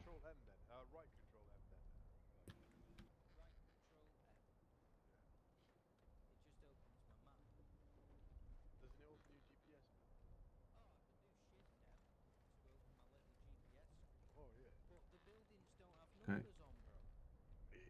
Which door you want me to open? We'll go right first. Yellow building or whatever, or just, you know, figure it out. Actually, let me check your kit real quick. I'm pretty sure you're supposed to have a blue force check. You know them one thing there. You know the blue force check. You don't know what that is.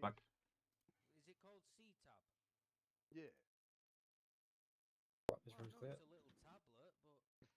Next door. I swear to God. You're fucking... Back with When me. you're ready, Nordic. I need to check. Go ahead. I need to check quickly something before I forget. I need to send something to Arceus. Yeah, no problem. Alright,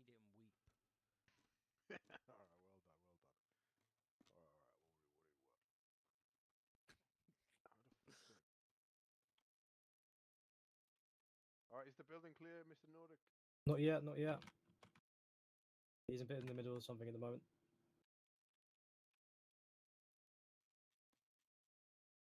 Okay, Mr. McKinsey and Mr. Bearcat, we're gonna prep to clear that building to our and the garden to our south. Building to our south, hell yeah. This entire area is pretty clean. Yeah, alright, McKinsey, join back on us. Right, I'll building take the lead clear. now. We're gonna share the stress load. Do it in the real life and change appointment. Alright, on me. With you. What is that? Why is that a red arrow? What does that mean? 1-3 Charlie, this is 1-0 Bravo. Don't know. This is 1-3 Charlie sent.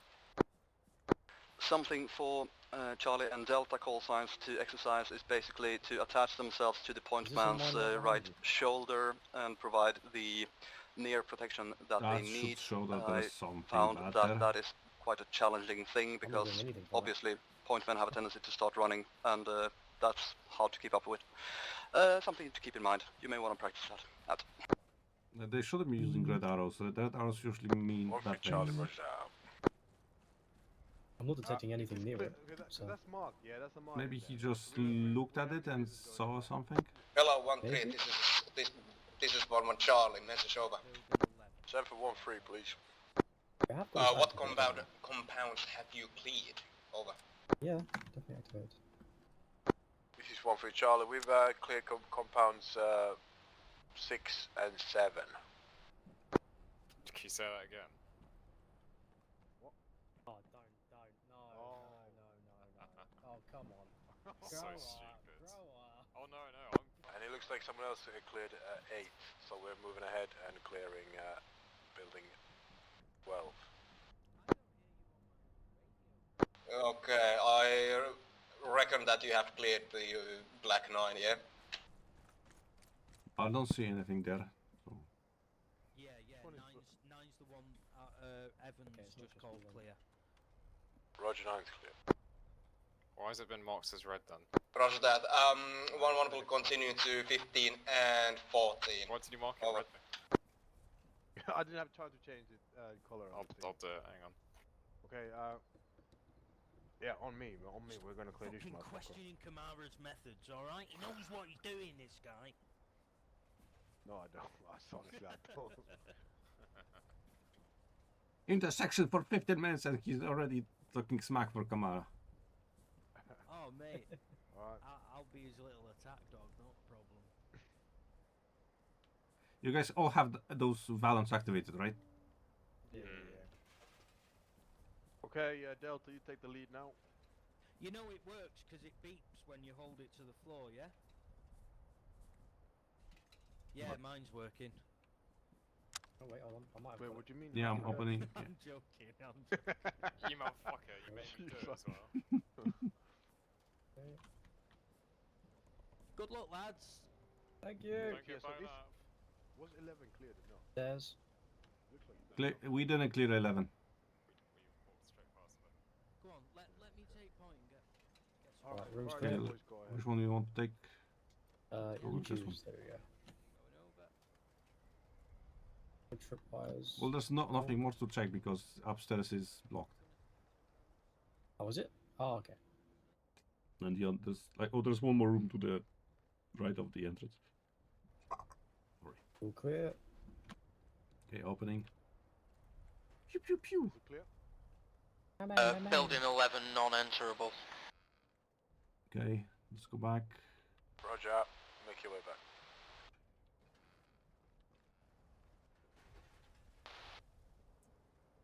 Ready for you. Alright, boys, let's meet. Once you've cleared the notice cleared building, let's meet outside on the northern entrance to the compound. Okay, that's a Valon. Whoop, whoop, Hello. whoop. Pew pew. Your Valon was like poking through the fucking door. I thought that there's something on the door. Hello, 1-1. This is 1-3. Yeah. We're gonna move on to Oh, building Jesus 13. Christ. However, Look Clear, at my clear. face. Roger that. Yeah, No. fuck you. Is this building clear, yeah? Yeah, right, maybe. boys, what's the hold up? Roscoe Mike. We're making selfies. What's the hold up? This guy. I'll give this guy the hold up. I'm gonna bring the whole hold up on him. Building 12's clear. Marquette, Wait, is that 12? who wants to take the Yeah. lead now? Me. Alright, go on. I want Okay, to let's explore. I want to practice explore the, first. Okay, McKinsey, get your gun up and get on Burkett's back and keep him covered. Did the rest of us also have our guns up? Oh yeah, actually, yeah, we can. Going for 13. Yep, 13, roger that.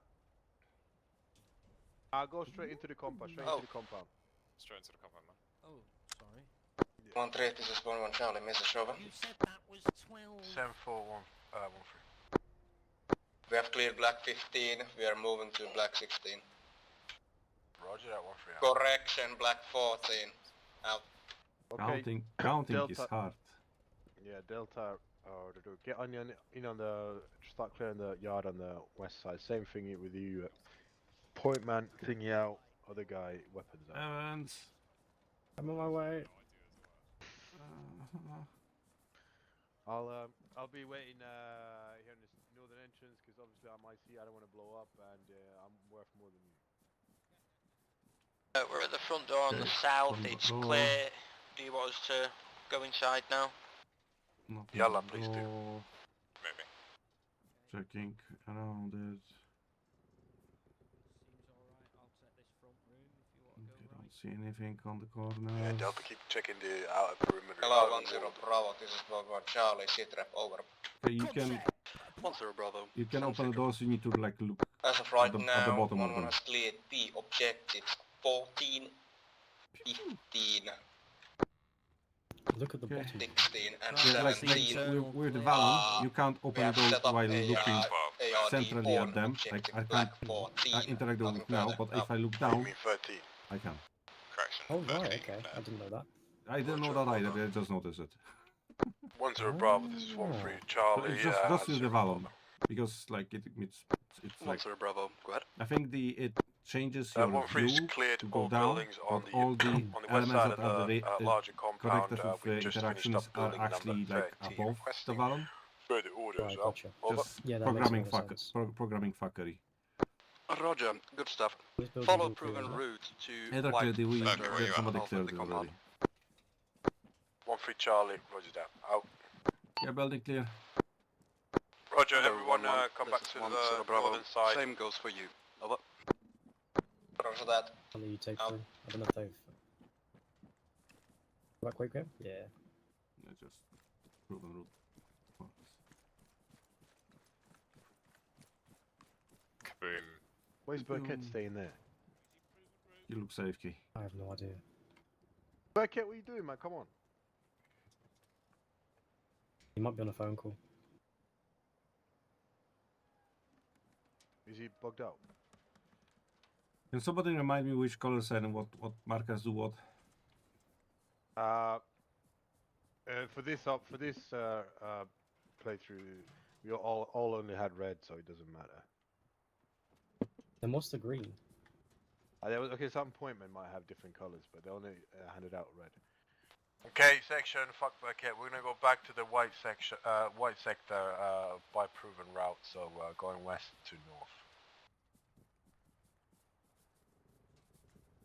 Alright, I'll go first. You're more important than me. Am I? Yeah. No, mate, you're a recruit, man. You're a fucking rare commodity, mate.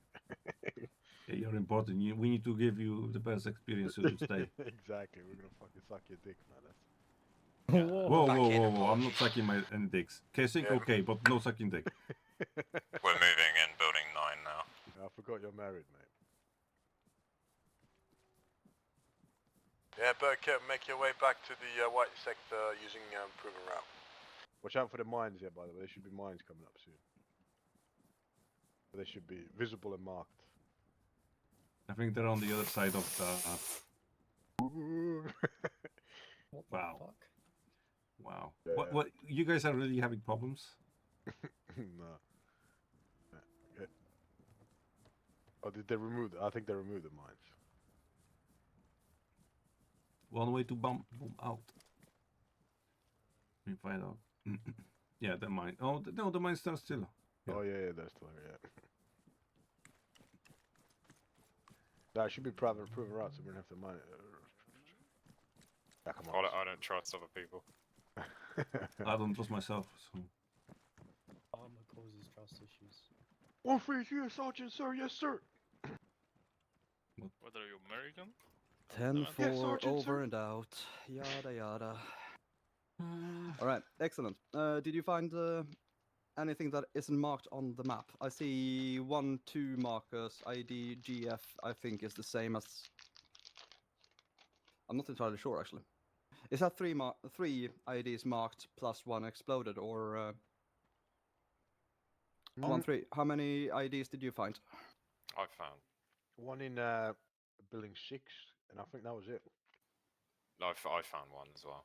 Oh, where was that? It's on, as you come out of building 6, you turn left instead. It's marked on the map. It's on you. Yeah, good. Well done.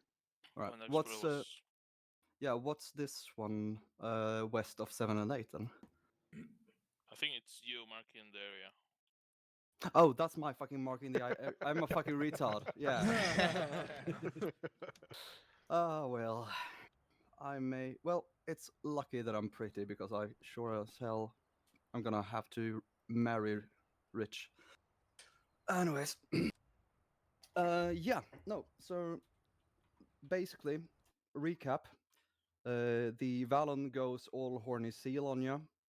You mark the area towards where it went honk honk, and then you slowly back away, same way you came from. Obviously, when you do this in a bit more contested area, you will always have a rifle over your shoulder when you're moving. Hopefully, you will also be able to just check the door frame and then raise your own weapon when moving into a room, etc. But that's a little bit more risk of IDs, but less risk of standing there with your dick in your hand when someone is having a Kalashnikov aimed at you. Anyways, any questions on that? I guess just a minor observation. I was making my way back then on my own and was told to use proven route. There was markers everywhere, and I scanned them and didn't find an IED, and I felt that there were too many markers to the point it kind of it was a hindrance to movement. Yeah, definitely. So we are not using red markers for clear paths, obviously. We're using green markers for clear paths. However, I was not entirely clear when I sent you guys in there. So that is entirely on me, and I can definitely understand the confusion that one caused. Anything else? Yeah, actually, do you remember the Call of Duty 2 campaign, the Soviet one?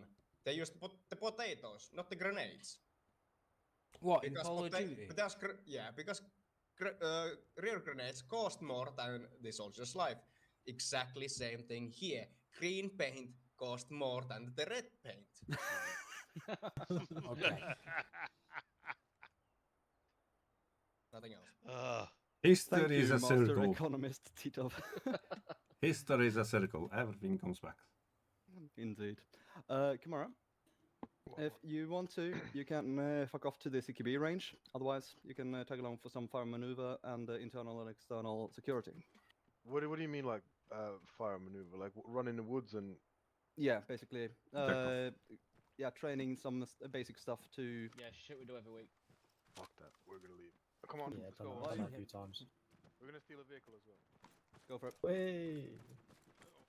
Yeah. Is fucking Burkett asleep again? No, he was. Is that McKinn sleeping now?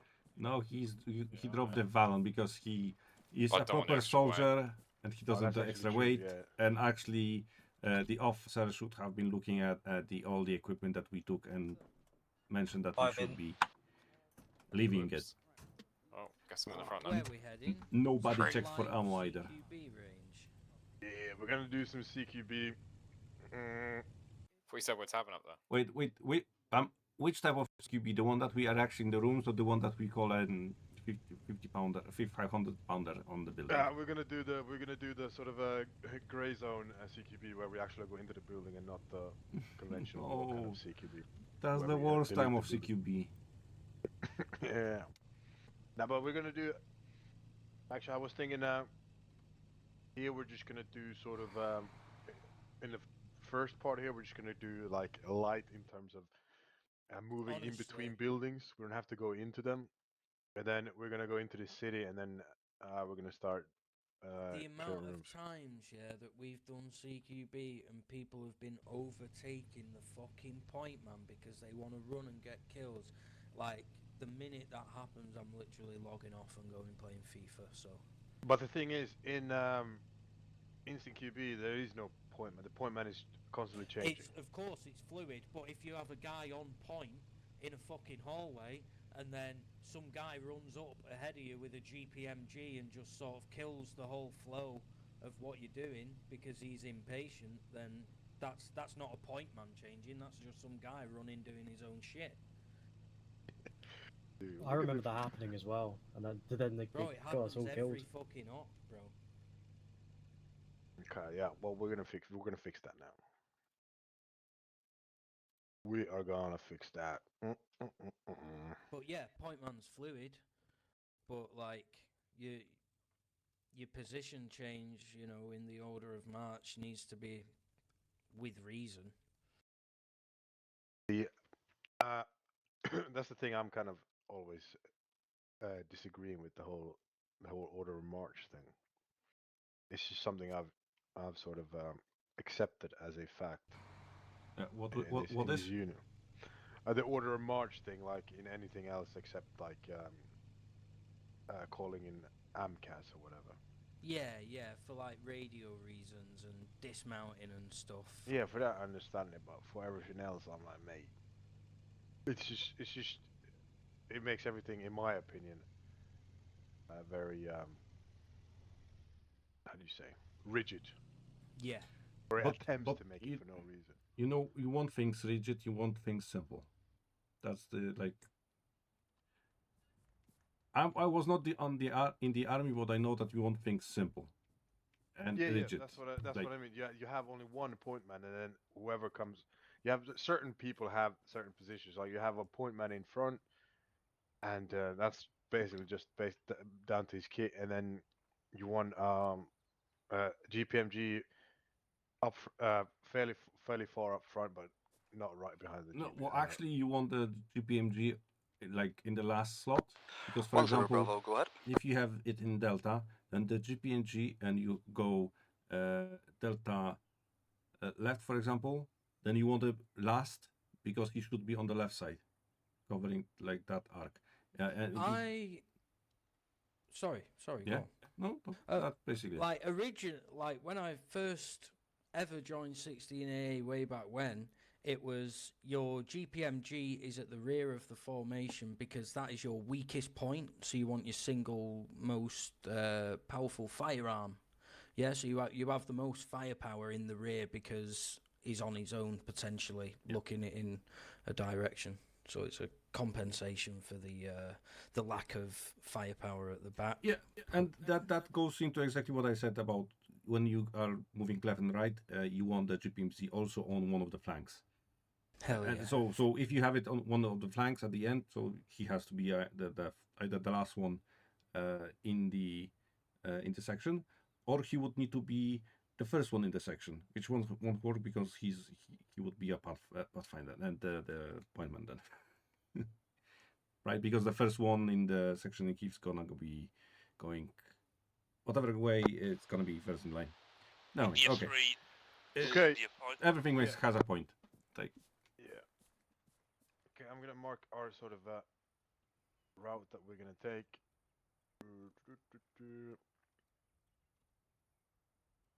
These two, and then 3. Does anyone understand my map, my arrows? yes, you need more crayons, more colors. So essentially, we clear the green area first, then you go into yellow, and then blue. And for this, we're not gonna bother going into buildings if there's windows, or you can check them and whatnot. I'm more interested in sort of moving in built up areas, and not necessarily going into buildings. So I will just make a small comment. If we were the only section and would need to clear all the buildings, I would go like you said, the first one with the green, then go blue, and then go yellow. Why? Because when we are moving through the blue, you have like these buildings could technically engage you when you're moving through this location, but when you're moving through this line, you have 11, 12, 13 that all can engage you. So with this one, you have a bit more cover. But the idea is that we're sort of coming through this area, and we need to just get through it and onto the next area. So we're just essentially just moving in through an area which is essentially not like enemy occupied area, but it's also not ours. Do you understand? We just need to quickly get through it, and then obviously going here across, then it's the basic, crossing the open and cover each other and whatnot. It's sort of the maneuvers I'm looking for, not necessarily the overall sort of tactical or whatever. Yeah, well, it's always good to remember things like this small distance. I get what you're saying because the distance is the same, but the arcs that the enemy has on you are quite different between those two sides. But yeah, let's do it. Yeah, let's just go with what I have now, because we're gonna continue to the south, and I don't want to fucking backtrack and shit. I have one question. Yep. Will there be targets? Not for this first part. I might try to get some for the next town. Right, gotcha. But now it's just essentially covering off arcs, and as I said, we're not gonna necessarily enter buildings and clear buildings. We're just gonna do this calmly and well, yeah. Look at the challenges of being in a built-up area and all all the shit it brings. Okay. Okay. Okay. Let's form a. Let's get point man. Get us to the northern side of Green 1, please. Yep. In a 5 formation. Yep. Crossing. Yeah, just go along this road. Yeah. We can just sprint it. I'm reading some news that Jesus Christ, we have the worst hunters in the fucking world in Poland. There's even there's a big meme about hunters in Poland that they see everyone as a freaking boar, and they're gonna shoot everyone because they saw a boar. And today there's a new news that somebody, their grandpa, 51 years, left his gun somewhere in the house after coming from a hunt, and his 2-year-old granddaughter decided to shoot herself in the foot. Fucking hell. Jesus Christ. That's mental. She's fine, Okay, but you know. Exercise is live now. We start. Okay, check the corner. Evans, hold me. I'm scared. No, you're a man now. You can deal with it. That's not what your mom said. Oh wait, no. Oh, he's fighting back. It's also self-burn. Take the next corner. Hold the corner. Hold the corner. Give me what you see. Okay, mechanics, go. I'm gonna hold. Roger. Notice what's on the other side. It's clear. Everyone clear. This side. Roger. There's the entryway on this side. Roger. Same thing on this side. We're gonna continue on the western side. Do you want to take Delta and go around this building on the eastern side? That, or we can go up and check if we can snipe from the top. Your choice. Have a quick look. Don't spend too long there. Catch up with us when you're done. Right, I'm gonna get along the outside edge. McKinn's continue down the road or down the fucking thing to the south, and let's keep going. Guns up. Okay, inside of the building looks clear from the top. I had a small look. Yeah, Evans, let's go and enter the building from the other side. Let's enter from this side also.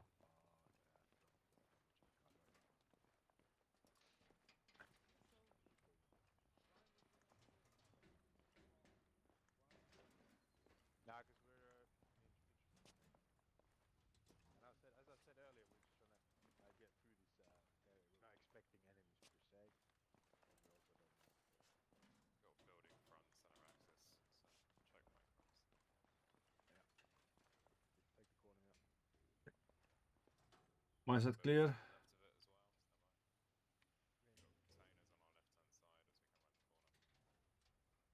Our side looks clear. Do you want us to join you? Now continue on that side around the containers on the east side. Copy. Halt once you reach the end of all the containers.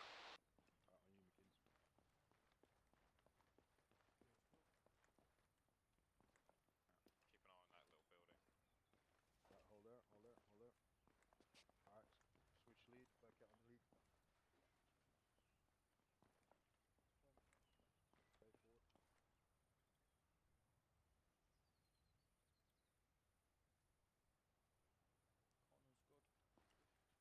Yeah, keep going to the end of the containers, please. Yeah, holding. Big open courtyard, couple of buildings at the end. Roger. Delta, can you get to those last buildings in somewhat cover? Copy. Right. Keep an eye to the south. Yeah. Action.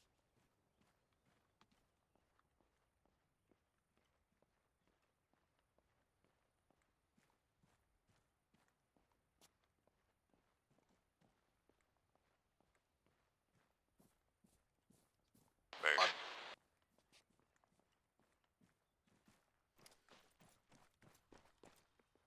Alright, back here, post up. Yeah, I got it.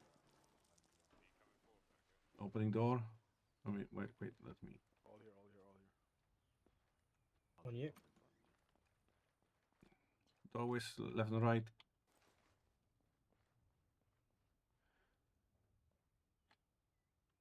Multiple doorways.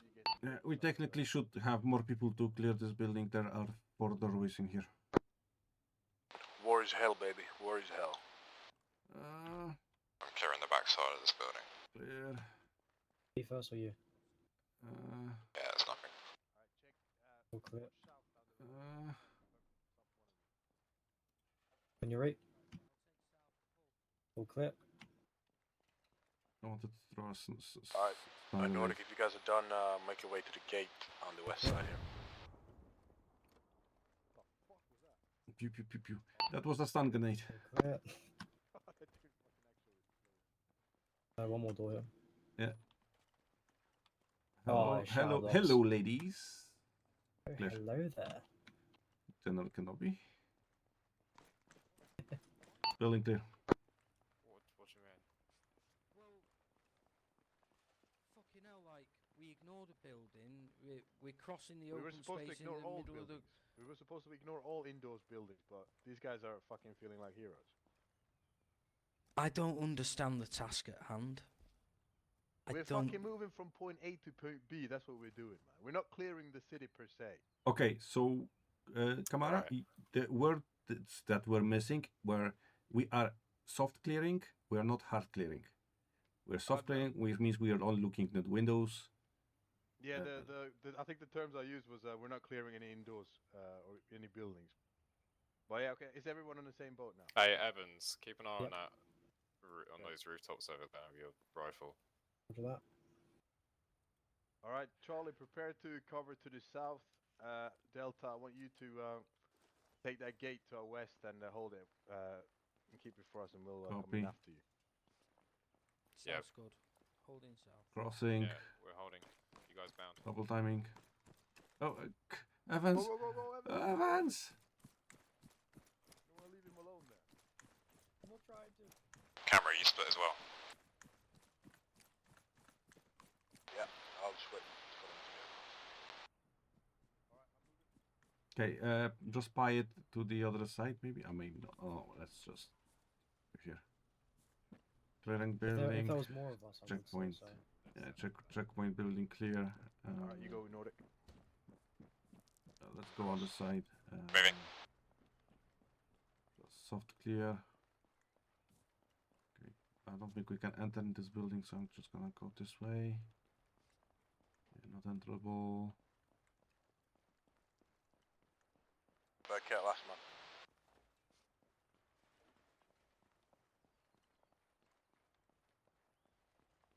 Soft clear. Nobody inside. Nobody inside.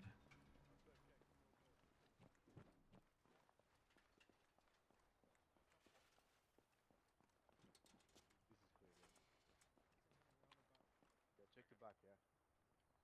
I'm gonna wait till you guys get to the other building and then we can move further west. Clear, back is clear. Alright, let's go. Clear.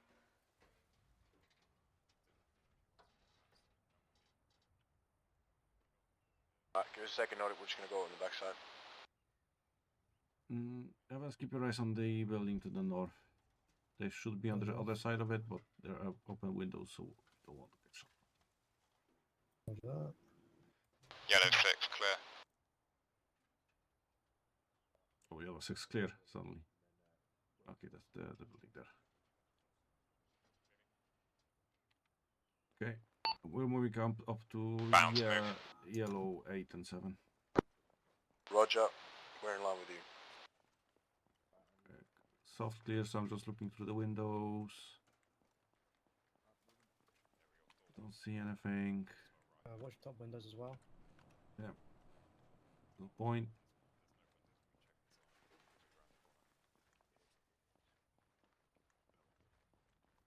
Okay, let's just open this building. Clear. Hold the corner here, hold the corner. No. Oh, actually it ends here. Yeah. Okay. Open the door. Yeah, I'm gonna take front, I'm just gonna go check the backside. Okay, I'm with you. Okay. Yeah. Okay. Alright. Watch my 6, watch my 6. 6. You go, Bucket. Boom. Backside is clear. Never mind.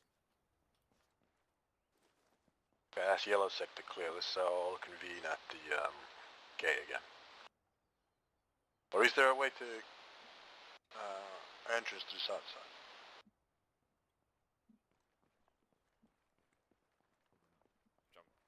jumping over the fence. Nah, let's not do that. Let's not destroy property. Let's not destroy property. Maybe I shouldn't have used that stun grenade.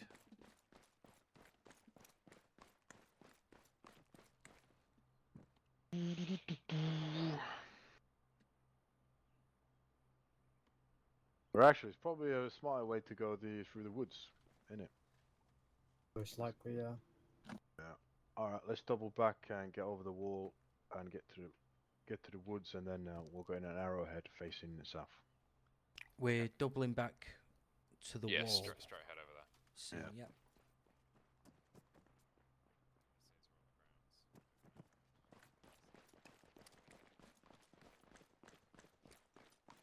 Alright, guns facing south as soon as we jump over the wall. Delta on the right, Charlie on the left. Aye, Captain. Can we even get over this fucking wall? No. Don't think so. Yeah. You can. Hello, 10 Bravo, this is 1-1 Charlie, message over. 10 Bravo, send it. As of right now, we have crossed the field and we have set up on the edge of the forest. Over. Delta on the right, Charlie on the left.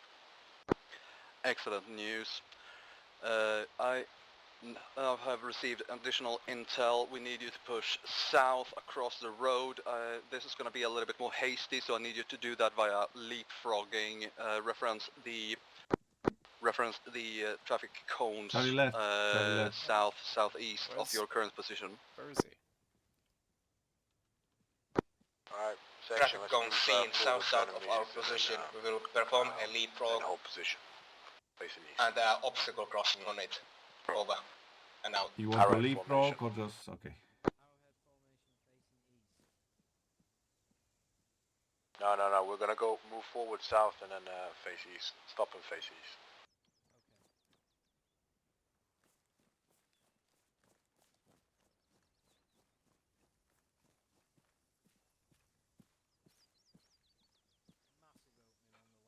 Mercat Mackenzie might want to a bit more spacing.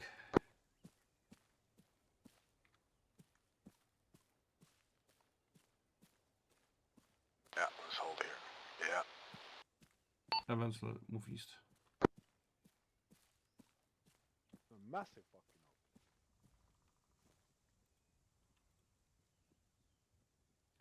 Let's nuke it from orbit. Say again? Let's nuke it from orbit. Yeah, that's what I would do. But we have nukes. Trident is not working. We're just gonna do a little leapfrog here and cover each other, and then get to the wall. So we're gonna start leapfrogging. Delta, you go first, and then Charlie, and so forth. Delta, whenever you're ready. Delta, move. Hello, 3, 10 2, Bravo, 1, this is set. 1 Charlie, down. we are on the move. Out.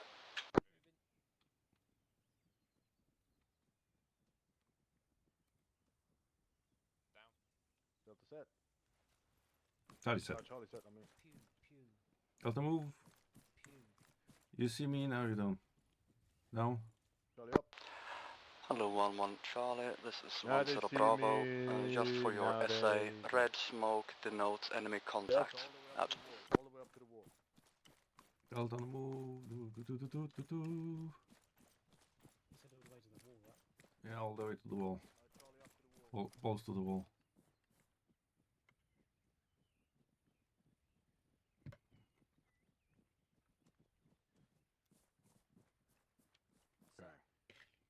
Good. All right, Charlie, over the wall, and well, let's assess the situation. Delta, wait for our command.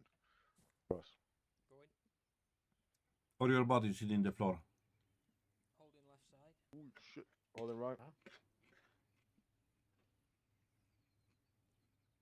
With you. All right, Delta, you're clear to cross.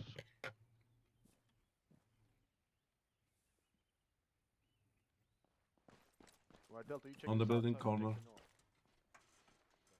north. Okay. Not enterable.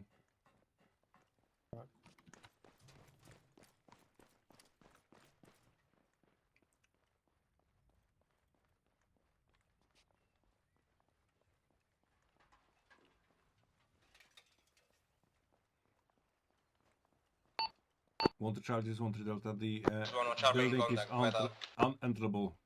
Only access to the roof available. Roger, continue clearing towards east. Clearing.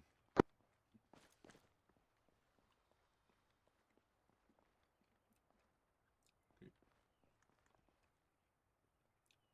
Ready? Just gonna open and not go in. Okay, this is good. Let's go back. Let's go out. Heavens. We're trying to do a soft kill, so we need to open the door, but we don't need to go in. Oh, right, I see. It's only because I couldn't see around the corner, so I thought peek my head in there a bit. That makes sense. Mm-hmm. Hello, 10 Bravo, this is 11 Charlie, sitrep, over. Head over. Okay, clear. Let's go As of behind right the now, building. 11 has engaged Let's go down 2 first. times enemy fire teams from east and south. We have eliminated the eastern Gonna open enemy. the door just to We are now let's see. eliminating the Yeah, southern moving up. enemy. Then we'll That's it, Charlie's so- reaching the eastern end of the compound. How you doing? Roger. We're on blue 17 right now. Roger, eyes on. Okay, looks clear. Pew pew.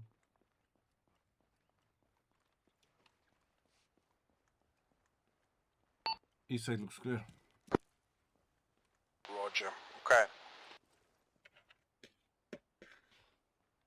Okay, that's index for this exercise. Index. Come to the middle here.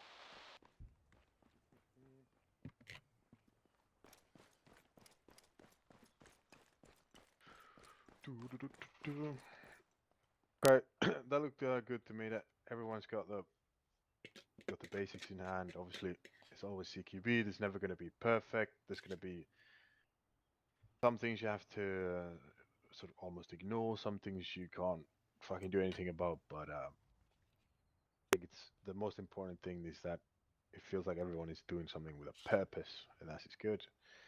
This was obviously just sort of moving in a CQB environment, and quite light so because we're obviously just one section. Now we're gonna head south and we're gonna do the little how'd you call it? Little town, I guess that is, hamlet, or larger town. I'm gonna see if actually the only condition we're gonna do it is if we get fucking live target stake. Is what's the point of doing it otherwise? So bear with me. The same we just done. If we Yeah. without. Yeah. I don't want to do the same thing twice. So I get like, why would we split up when there's only 5 of us? there's only 5 of us. That's the only reason. I feel like in this scenario, we're not clearing buildings per se. We're just trying to get through the area. Yeah. Then you still wouldn't split up. I mean, as I said, CQB is always do I know? is never gonna be perfect. Sometimes Well, yeah, there's not being perfect, and then they're splitting up a 5-man team and all dying. Like, there's a lot of distance between them. Yeah, but we also, if we have the time to consider, we need to, lightly check the whole place. Then we can't be, if we have time restraints. It depends on the mission at hand. I don't think we'll ever see us clear a compound like this in 2-2-man teams. I don't think we'll ever see it. I'm kind of on Burkett's side here, if I'm saying his name right. I feel like if we did that in an operation, we'd be killed as a 5-man group. Well, we do, and we do. Right, but obviously, I don't know. Can you guys see anyone else here? Well, fucking hell! Oh! So we kind of... Me fucking anus is ruptured. It's bleeding all over. Oh no. It's kind of what we have to deal with, and it is what it is sometimes. I right? see what Kamara's on about. He's saying how we'd move in a alpha and in a Delta larger, squad. yeah. Yeah, so it's This is on. I mean, imagine still, there's a more compound of this size, you're still not going to split a section up unless unless somebody's getting on a roof and covering the other team as they do the whole maneuver. But yeah, man, like I don't get it because I feel like we're half going. Oh, but if things were like this, then we'd be doing it differently. Well, let's do it like that then. I feel like what we should have done. Everyone see the factory building with 2 chimneys? Mm-hmm. Got one of us or the GPMG should have gone on top of that building to cover the entire open ground. I think like we got you know, we know what we're doing in terms Or of even the generally. marksman. Point man's going to cover there. People are going to move past. Give him a tap when they go past, and the general flow of movement. I get that, but like, let's actually see if we can move like a CQB little snaky warrior team. Let's do it as we Cool, would. are you done? Yeah. All right, let's crack on then. I'm gonna see if we can get any enemies to the next compound and start, because I kind of want to shoot something as well. All right, give me a second. Out of interest, well, I've never been to the CQE range at the CIC Center. India, this is 1-3 Charlie, message over. It's Every time we do CQB, everyone fucking dies. It's always a massive clusterfuck. Is he gonna ask for targets or targets that shoot you back? actual AI. India, this is 1-3 Charlie, message And then over. a bot's gonna kill me, and I'm just gonna feel bad about myself and never 1-0 Bravo, improve. this is 1-3 Charlie, over. Set for 1 Alpha. I'm the first one that always dies. So what does that say? Nah, bro, I am the first death. That is written Go ahead in for it law. once Alpha, And then send after it. me, it's Nickel. Nickel Oh, this is 1-3 usually. Charlie. I was thinking, can we get It's some like live the targets on our unluckiest on the section compound marked to member. our south? That I think possible? it was nickel first every Yeah, I'll single be with you. time. I'll liaise with you. Stand by. Last op. And every time he gets back, we get wiped again. He's like a bad luck charm. I must point out, there's only 2 recruits here in the server at the minute. Yeah, that's normal. Hello. We're doing we're thinking about doing a quick sort of battle thing. If you can maybe, I don't know, sections worth of enemies spread out in that town to the south of us, which is marked like yellow, green, and it can just be individually placed in. Can be both outdoors and indoors. What were you saying, outdoors and indoors?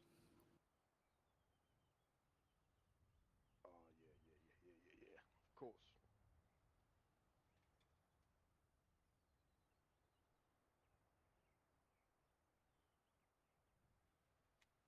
Roger. You get to go shooty bang bang? Yeah, point man in a 4 formation, take us to the red dot mark on map. The one to our south, I see 2. 2 red dots. Yeah, the south one. Yeah. Alright, moving.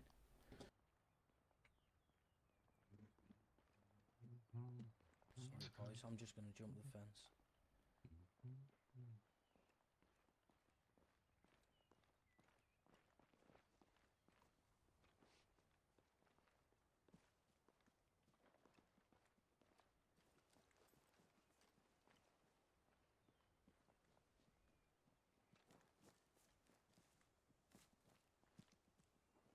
Does everyone remember about the enhanced advanced movement? You mean the boost, jump boost or whatever? Yeah. Yeah, I can't remember how it works. I've looked at it some. I don't know. Yeah, I can't remember how it works.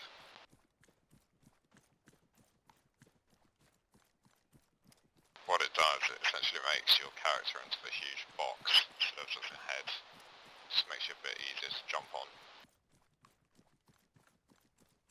Do you not usually like to drag someone up as well? Yes. I don't know about that.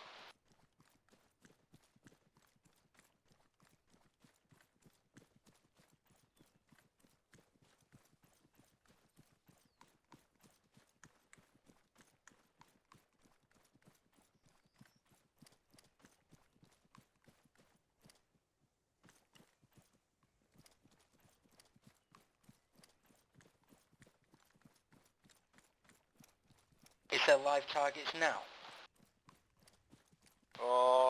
Should be. If they're not there now, they should be there very soon. So let's get a base of fire facing south of town at the... Oh, actually, this is where Burkett is. Yeah, the Yeah, edge of the Burkett, hold tree there. lines. Yeah, Yep, hold holding. there. Charlie on the left, Delta on the right. Yeah, enemy contact scene. Two-story blue building bearing 200. There's a guy on a balcony, second floor. Roger, good shot. Which balcony did you say? Two-story blue building to the bearing 200. It's a blue building on a corner. Alright, bear with me, boys. I'll number them up. Buildings.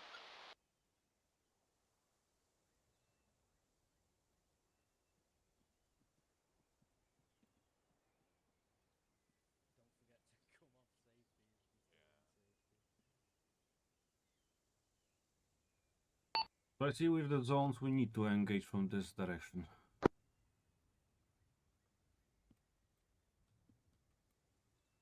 I've got a shot.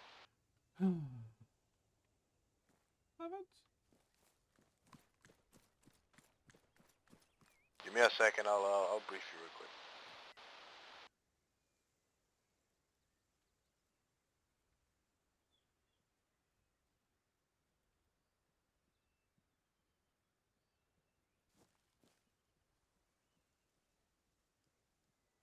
Oh, sorry for hot mic. If you can use the, you can mark the enemies on the map that you see. I've numbered the buildings, so it should be easy now.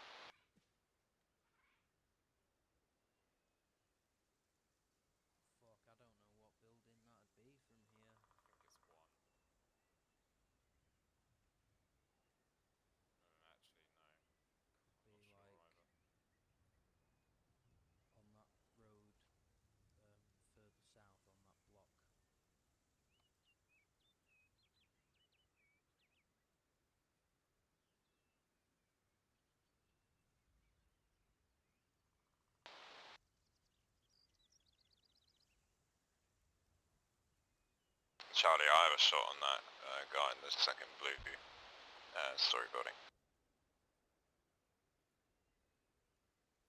Yeah, bear with me. Hold your horses.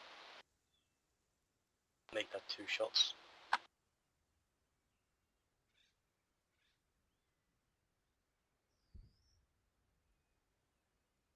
If you got itchy fingers, you can start numbering yellow box.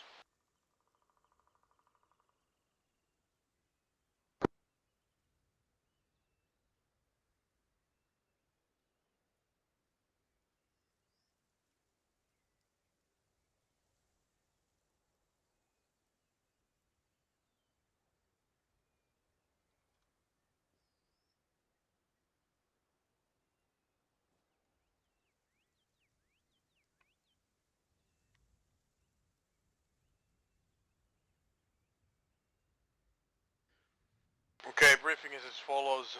Our mission is to attack that sort of village hamlet there to our southwest. It should not have significant enemy forces in it, but there are some reported enemies in there. I believe about a section's worth of enemies. They're all live enemies. They will fire back at you. As you know, index will be called out when I say so, or we have cleared the building. Or actually, or if we run out of time, that's also a possibility. We have no support other than ourselves and GOD up in the sky. 0, this is 1-1 Charlie. Yeah, and Sir Bravo, go ahead. Yeah, that's about it. We are on the move towards the fire station. Over. I have a comment. Understood. Let me know if they have On guns in the the shop. other side of the road over to our west, the tree line gets a lot closer up to the buildings. There's a lot less of a clearing to cross. I'm just wondering if that might be the safest route in. Is a possibility, same thing to the south as well from, actually yeah, that's, the north route is bad. That's a good shot, let's take that route. Beckett, plan a route for us. What about that soldier that's following the road, that's facing the road? He's going to see us if we pop out of the trees right about now. We're not going to pop out the trees, we're going to back up. Am I good to move, yeah? Yeah, whenever you're ready. Moving north. Alright, moving. The moving.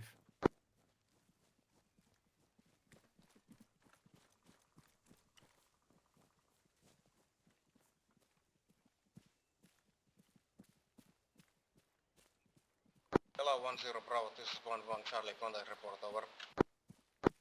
Send the contact report. As of right now, we are taking sporadic fire from northeast, from 1-1's position near the gas station. We are going to eliminate them.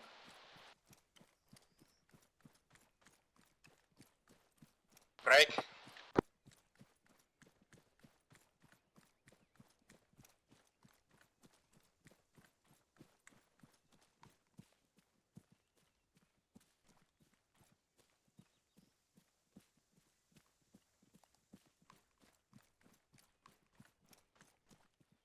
Yeah, we will maneuver them and eliminate them. Nothing further. Out. Road's just in front of me, I'm going to set up watching south.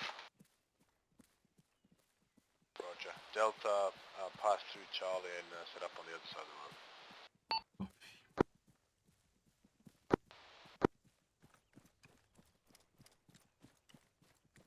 Set watching south. Sorry, reception, yeah. I'm going to face south as well with Burke. I'm on your right hand side, Prony. Alright, I'll go over first. My center access is the right hand side buildings. Delta set. Alright, moving. Okay, yeah, I'm going to prefer to move.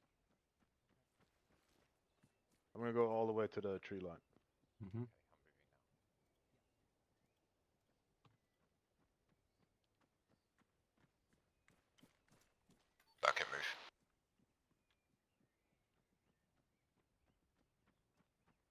Tap tap, boys. Moving events.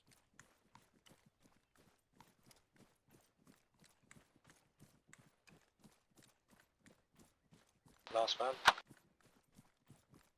Alright, Burkett, keep on up front. Yeah. Crossing. Alright, Charlie, move it.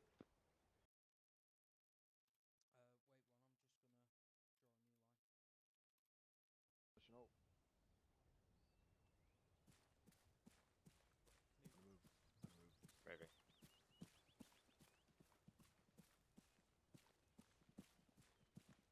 Last man moving. Here we go, I was just about to fucking bugger you off. You good, Nordic? Yeah, just need to do something quickly. Yeah. Go ahead, move.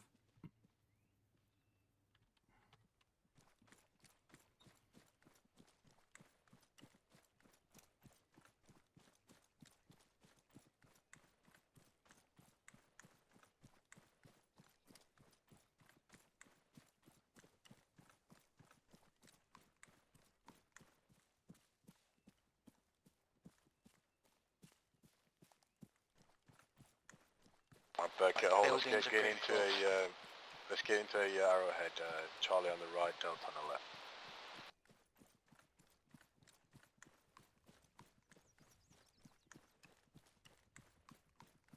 Other side.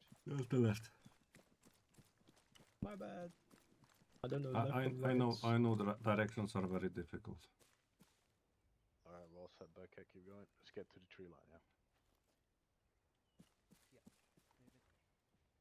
Last man, Charlie moving. Enemy infantry spotted straight 12 o'clock on the right side of the road. Seen? Are we stopping?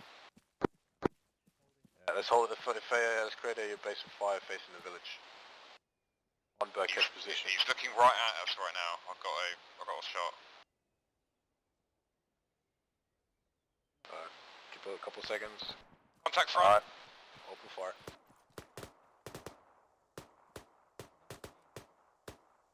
Not seen. Enemy on the road in the burnt out, in the broken concrete wall. It's Network smoke. Alright, Delta, try to get up to the tree line. Moving. Moving. Under fire. Enemy down. Continue movement. Oh, not in the same.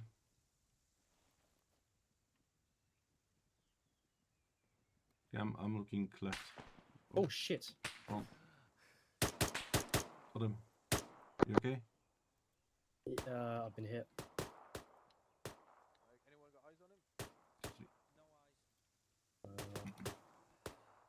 I shot one down. I don't know if there's anyone else. Okay, Delta, can you make your way to Red 13? We'll try to cover you from here. I'll move.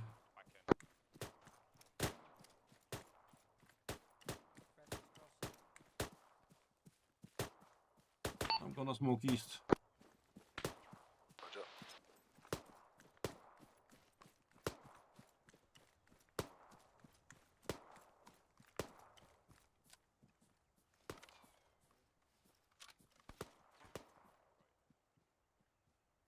On you, Nordic. FB, I'll up. I mean, British Army. Clear. Clear. Clear. Upstairs clear. Okay, building clear on the other side by the road. Roger that. Contacts east on the. Alright, we're gonna clear the red side first. So we're gonna continue advancing on this side of the road, yeah? Oh shit. Behind. Nordic, look to Alright, the McKinn's, west. roll back to us on the north He's in the window. Yeah, there's contact east up the road, I think. Nordic, hold that. We're gonna go into the green build, next green building. Hold there for a second. Yeah, with your pull last one. Moving. Those huge yells do some damage, don't they? Yeah, but I didn't hit anyone with them. Let's try. Okay, because I was low a bit. friendly's coming out on the road, Nordic. Okay.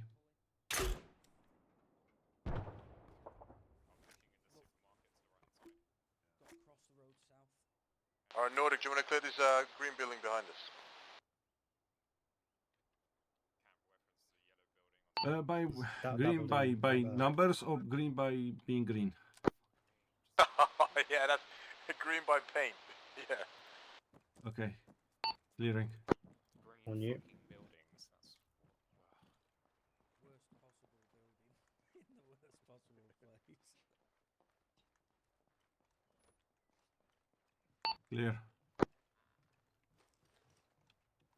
Yeah, come back to the road and we'll take the next one. Across. Can we stay off the main road? We can clear this whole road. Yeah, that's a good point. We can clear the reds. Can we get into them from it? From the backside, maybe. Only one way to check. Alright, check the other side. Yeah, let's have eyes to the south then. They've No got back door on this next building. We got windows, they look clear though. Alright, make your minds up. I still think we should avoid the main road and clear from the back, but you know, it's up to you. Can we get in there? Building 12 looks clear, judging by the windows. The front side, the door's right here. Last man pull. Alright, Nordic, once we hit the building right in front of us, you take the road, yeah? Copy.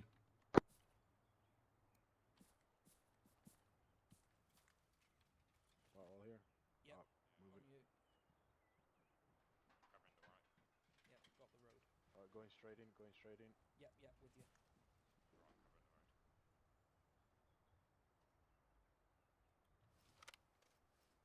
Alright, Nordic, you go ahead. Yeah, keep clearing to our east. Got rooms here. Crossing.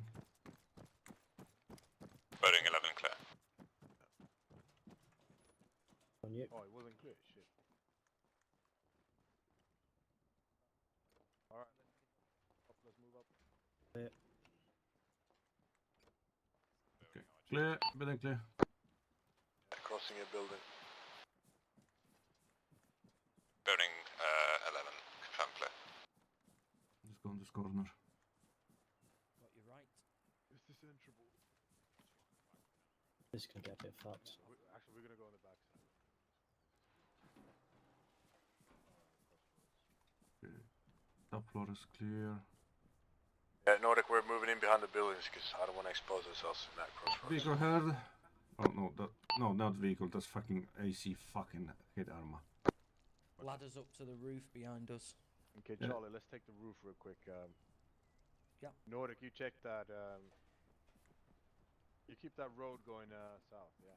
Yeah. Let's just quick check these rooms. Okay, clear. Yeah, these are enterable here. Yeah, check the roof real quick. Okay, the building is. Road looks clear. Okay, the construction area is clear, right? No, Yeah. it's clear. I can't see into any windows though, that's the only problem. Okay. Come back here, then we'll put the buildings out. The doors here.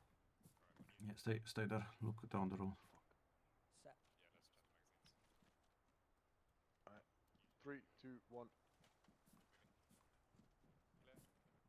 Clear another door. Gonna move on to the construction building behind you. Okay. Clear, clear, clear. Yeah.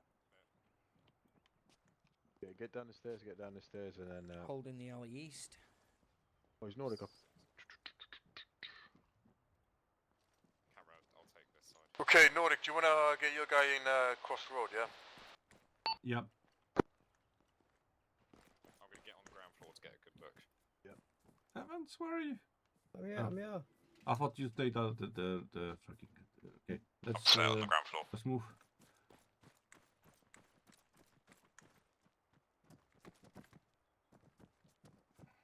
Check that first building and then come back and cover the road for us so we can cross as well. Contact. Contact on Reds 2. Get him? Down. Yeah, down. Contact down. Okay, get into the building. There's stairways up. Let's check that way. Left or right, you choose. Left. You're gonna be always right with left. You see, okay, other side. Okay, well, the other side is not enterable, so I chose fucking great. Huh?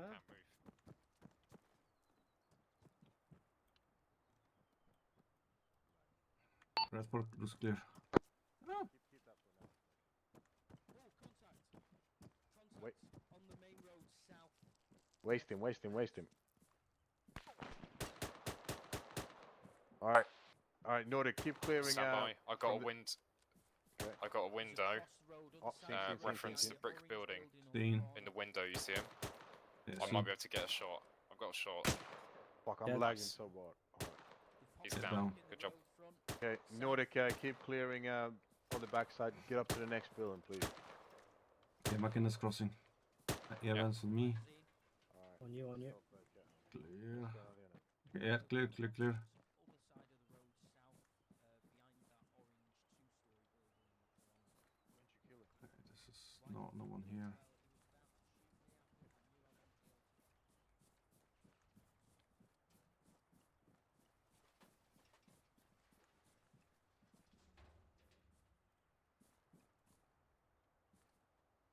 Control the windows.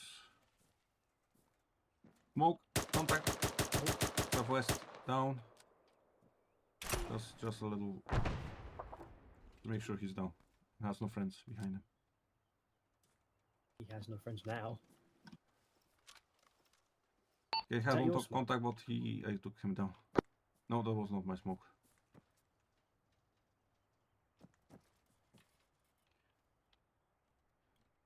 Okay, we're up to the road. Do you want us to also try to clear 2 and 1?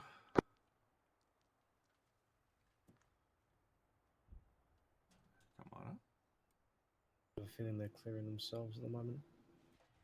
Okay, let's go back and clear 2 and 1.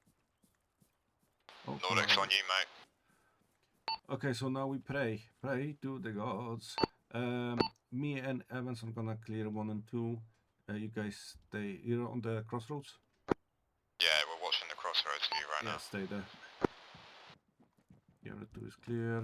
Let me know when you've done 3. That means we might want to move up and do something. Stairways, I'm gonna clear that building room here. Okay, On clear. the stairway. Yeah, move on the On stairway. you. Yeah. Opening door. That's clear. Clear. Okay, good. Push this down the street. Okay, looks clear. Let's go down. Wrong fucking door.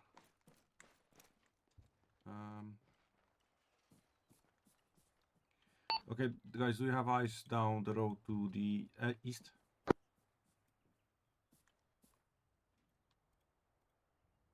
Hello?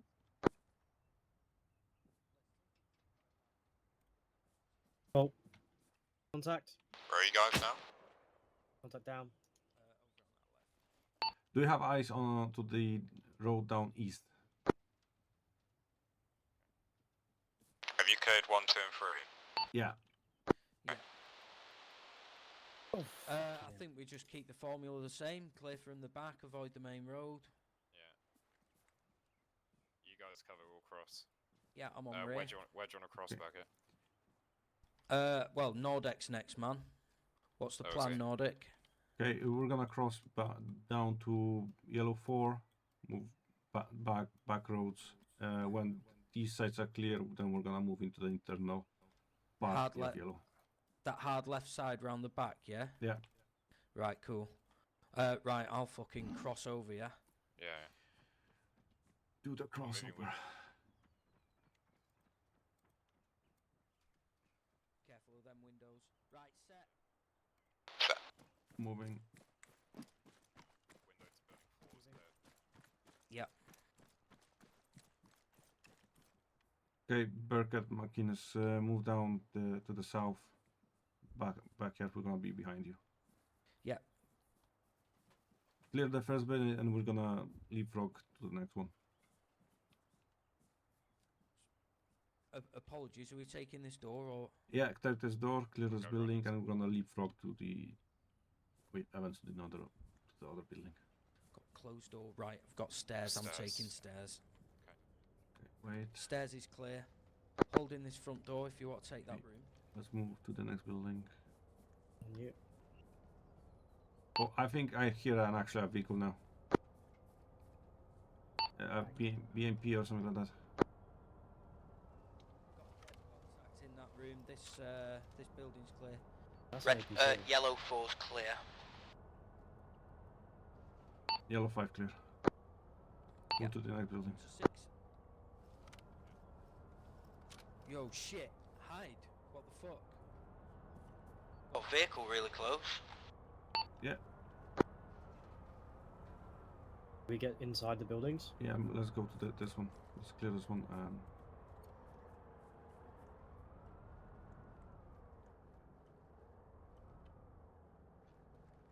Room clear. Stairs. Clear. Nordic, what's the play, man? Let's see what kind of vehicle it is.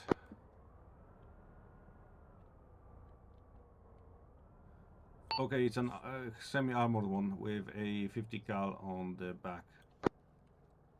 Okay, is yellow 6 Oh, it's clear? pointing at us. Yo, window, man.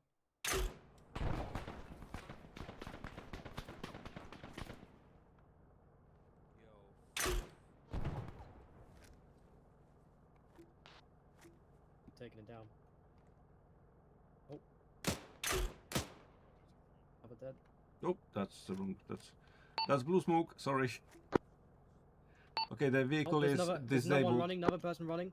Left to right. Right. No eyes. We're down at yellow 8 now on the back. We're going to clear yellow 8 from the back door. Go ahead.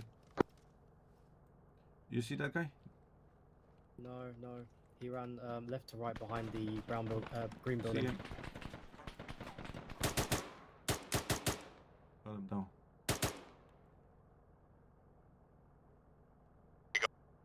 We got eyes on the vehicle from yellow 8 building.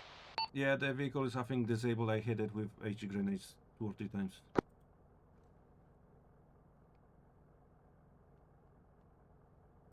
If it's not disabled, it's very stupid. Okay, let's move down. Okay, we're moving to the next building in line. You got the yellow 8, right? 8. Yellow 8's clear, and we've got a safe little route onto yellow 10. Make the move. You guys do 7.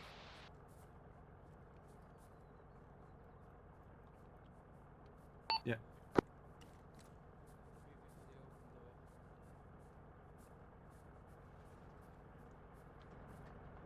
Push the right hand side here.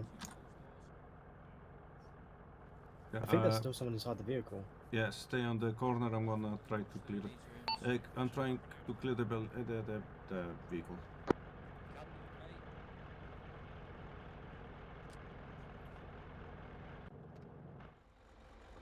Okay, vehicle is empty.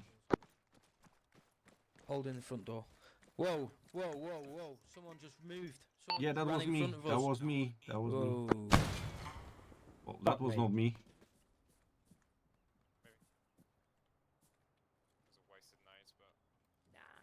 Well, you scared me, so... Better safe than sorry. 13 Delta, this is 13 Charlie. Message. Yellow 9 clear. Contact from... Okay, never mind. No, that's not contact. That's not contact. It's friendly. What? Oh, fuck. 13 Yeah, Charlie, right. this is 13. Oh, right, okay.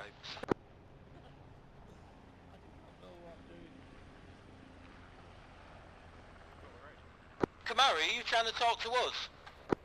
No weapon. Yeah, to 13 Delta, yeah, no worries. We are currently on the eastern side of the CQB area of the yellow sector. We're at the southeastern corner at yellow okay. 11, yellow 10. Hi, Barrett. Roger, I'll try to make my way Well, there. why did you appear from the side the enemies were coming in? We didn't know you're here. Ah, you only got a medium bruise. It was a test. I wanted to see if you were PADing correctly. No, I was not PDing correctly. I No, was I know. trying to kill you. Well, I've figured out as much. Yeah. Are we continuing with the sweep? Yeah, no, I guess so. I'm waiting for Kamara to go back. Okay. Right No, I'm asking. Kamara. Oh, hello. Yeah, I was just about to write. There you go. Hey. Share some UGL grenades. I had to spend mine on a vehicle. Okay, I stole 3. Is the eastern side of yellow cleared here? Eastern road. Yeah, it looks like 8 is cleared as well, probably. Yeah. Just want to say we've got 15 minutes until index. Yeah. We'll continue until we get index. Eric, how many? Right, okay. On to What yellow was 11 that? or How many 10 then? enemies did you spawn here? Section. Section. I'm gonna Like move. some 10 guys. I'm Gonna going to reach your- plug yeah. this alleyway crossover. Yeah, moving. Oh, we needed more than that. Cross, boys. It's an open door. It's open glass. I'm moving in. Mm-hmm. Going to assume I'm last man. Evans, let's Oh, go. he's Right on you. finishing. Oh shit! Sorry. Yellow 10 clear. Sorry, friend. No, it's not. Now it is. Sorry. Next building. Don't want to be that guy, you know, but technically wasn't clear. What about this building here? Yellow 11. We check upstairs. Upstairs here. Yeah, go to the door. Oh, oh, okay. Be aware, me and McKinns are on the top floor balcony above you guys. Okay. Can flow this way. Alright, door doesn't open. Okay. All clear Windows upstairs. down low. Okay, we yeah, haven't let's closed go that to the down left and yet. go to the yellow 12. Hi, boys. You're doing yellow 12? I don't want to expose myself anymore. Guys, can you call out when yellow, like your buildings are clear? Because you haven't been doing it. And we need to know. Yeah, Captain. Yeah, yellow 11 clear from our side. Yeah. Oh, let's prep for green side then. Oh, shit. enemies Southwest. west somewhere.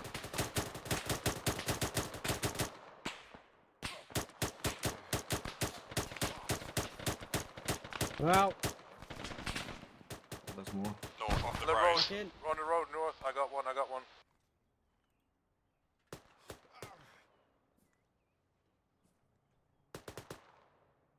Another one down.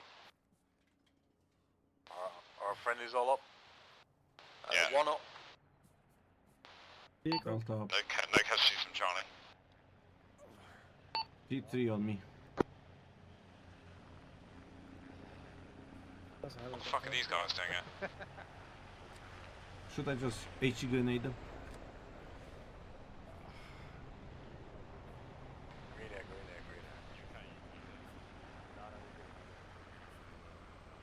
Okay, I'm holding corner cross.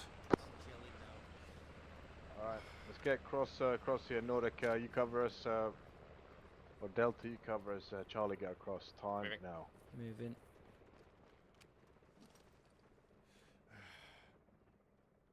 Alright, Charlie, prep to enter that. Delta cross.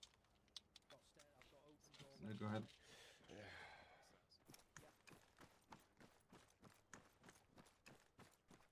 Right, we're clear to the back, ground floor.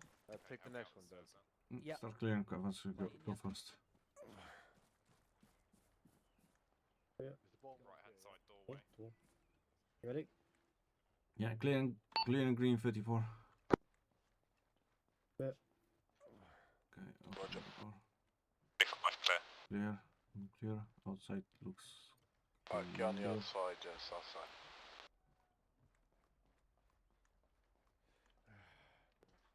Oh, we got stairs here as well, I believe. I think they're, but they are dead end. Oh yeah, dead end. Green 34 clear. Moving to the next building. Oh, you're on it. Yeah. Roger, that'll be 30 for you, Delta. Clear right side. Open space upstairs. I'll cover your we'll crossing. I'll deal cover with your that in a crossing. second. Cam, we need you in here. Cam, we need you in here. Give me a second.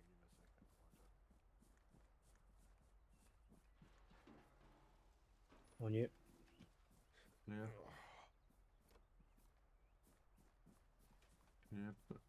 Always all around. Checking up stairways. Clear. Yeah, I think this one leads outside. No, it's wrong. But these two lead outside, so clear. The back. Putting 23 clear. Clear. You already got eyes on that, Vic? Nope. Helicopters again. What's this one? 20. There's a vehicle coming. Set. There's no. That might be an enemy, Vic. Yeah, don't stay behind It's me. gonna come around the corner. It's coming around. Oh my god. Can I get off this road? Yeah, Crossing fuck off, mate. Run. Oh, that's a tonk. Tank. Clear away. Tank. Get in. Get between the buildings, don't let it see you. I think Varric's trying to tell us index.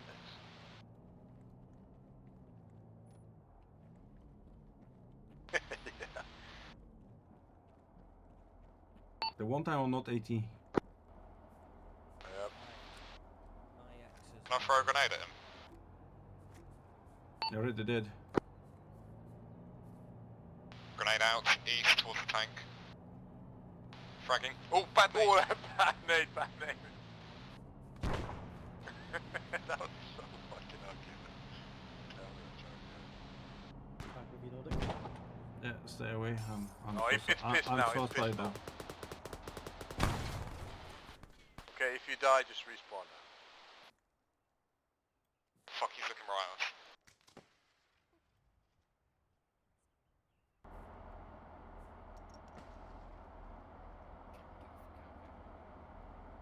Okay, section, listen up. Standing orders to everyone. Everyone is to run and touch the tank with their hand. You're fucking kidding, right? These are your final orders. Alright, moving.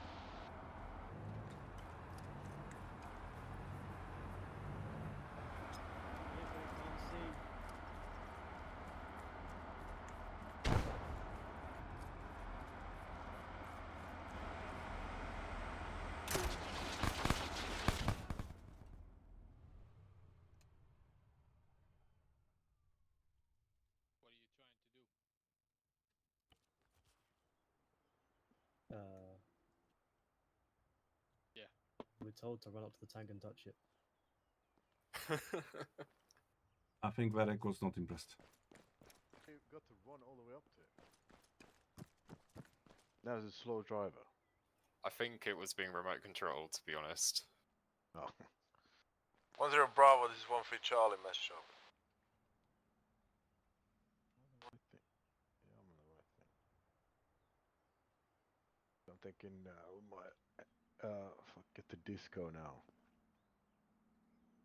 Is Burkett still alive? I don't know.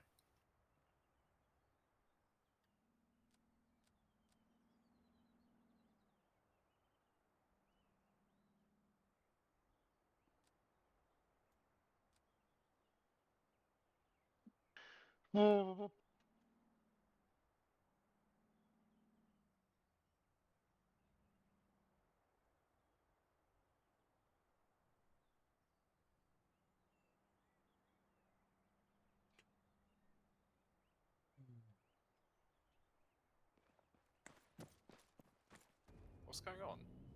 I thought it was Index, yeah, man. What's the crack? Come on, we'll debrief. Oh, I was just saying. Yeah. I genuinely thought I'd tanked a tank shot for a second. I actually didn't get hit by the tank, but there was something else shooting. Yeah, did someone throw a grenade on the tank? Yeah, I tried and to. that, Maybe. And that killed the other two that were on the tank. Yeah. Yeah, that's what I was I didn't hear a fucking call for a grenade. I was kind of just like, what the hell's going on here? All right, let's. Yeah, let's... I figured, Mr. Evans. All right, let's debrief. How do we think that went? Much better than the earlier serial at the other buildings. Yeah, well, it's two different scenarios, though. But anyway, no, that went good. I think feels like everyone knows sort of what their individual is supposed to know, and that was the sort of the whole point of this, to ensure that everyone not necessarily does the right thing, but has the right sort of mentality going into built up areas, knowing sort of where to look, knowing what dangers to ignore at times, and in different situations that same sort of danger must be priority one and stuff. It's all fluid. There's no right answers. There's no right answers essentially. Because we can look at a corner in 1,000 different ways. You know, you might die at it anyway. So that's the nature of CQB. It's difficult. It's complicated and it's messy and all that. But I thought that went great. Obviously, Varric put in the tank there. The end just to fuck with us. We didn't have an AT, so that's good. What about the? Do you guys remember anything from what we did earlier during the HR lock, the medic stuff? From the PowerPoint? Yeah. No. Do you remember what MARC stands for? Nah. Does anyone remember what MARC stands Massive bleeding, airway, Yes. respiration, and Circulation. So if I'm required to like ingest information, I'm not going to do it from a PowerPoint. What is your way to ingest information? Doing. I like the practical bit, but I've near enough fell asleep during the theory bit, man. I'm not a theory guy. Story, bro. Okay, what about Nordic? What did you guys do with the CTM stuff? The CTM, so well, we did. CMT rather. No, CTM, yeah, CTM, yeah. CTM. We did the march, we did the triage, and I was doing some testing. running lines of people that were.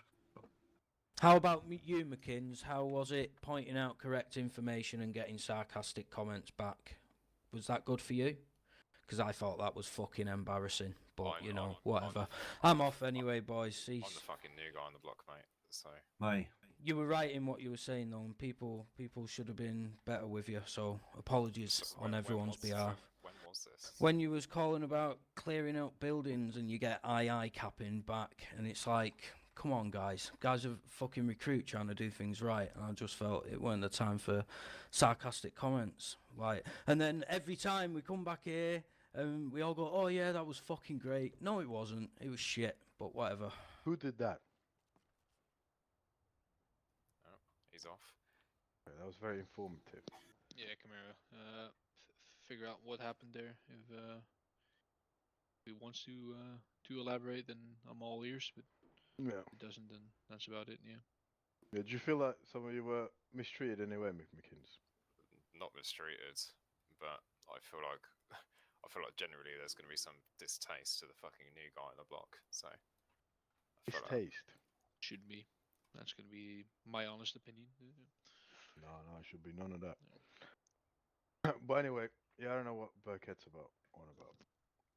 But I'll have a chat with him. Are we clear to disco, Varric? Yeah, sounds good by me. Sounds like you've already debriefed as well, so feel free to continue in the team speak. But if you're gonna fuck off, then that's alright by me as well. Does anyone have anything to add or looks question? solid. Like that's what I'm gonna say. Like I tried to angle you and get a nice footing on you guys there. I literally had trouble getting into your blind spots because you didn't have any blind spots. So kudos on that. Good fucking effort. Cheers. Any other questions? Was that Evans? Oh, I was just saying thank you to Varric. Yeah, thank you. Alright, you guys are free to disco. Thank you very much, and I hope Yeah, we'll see you next week. Thank you. Bye-bye. See you next week, guys. Adios. Have a good evening.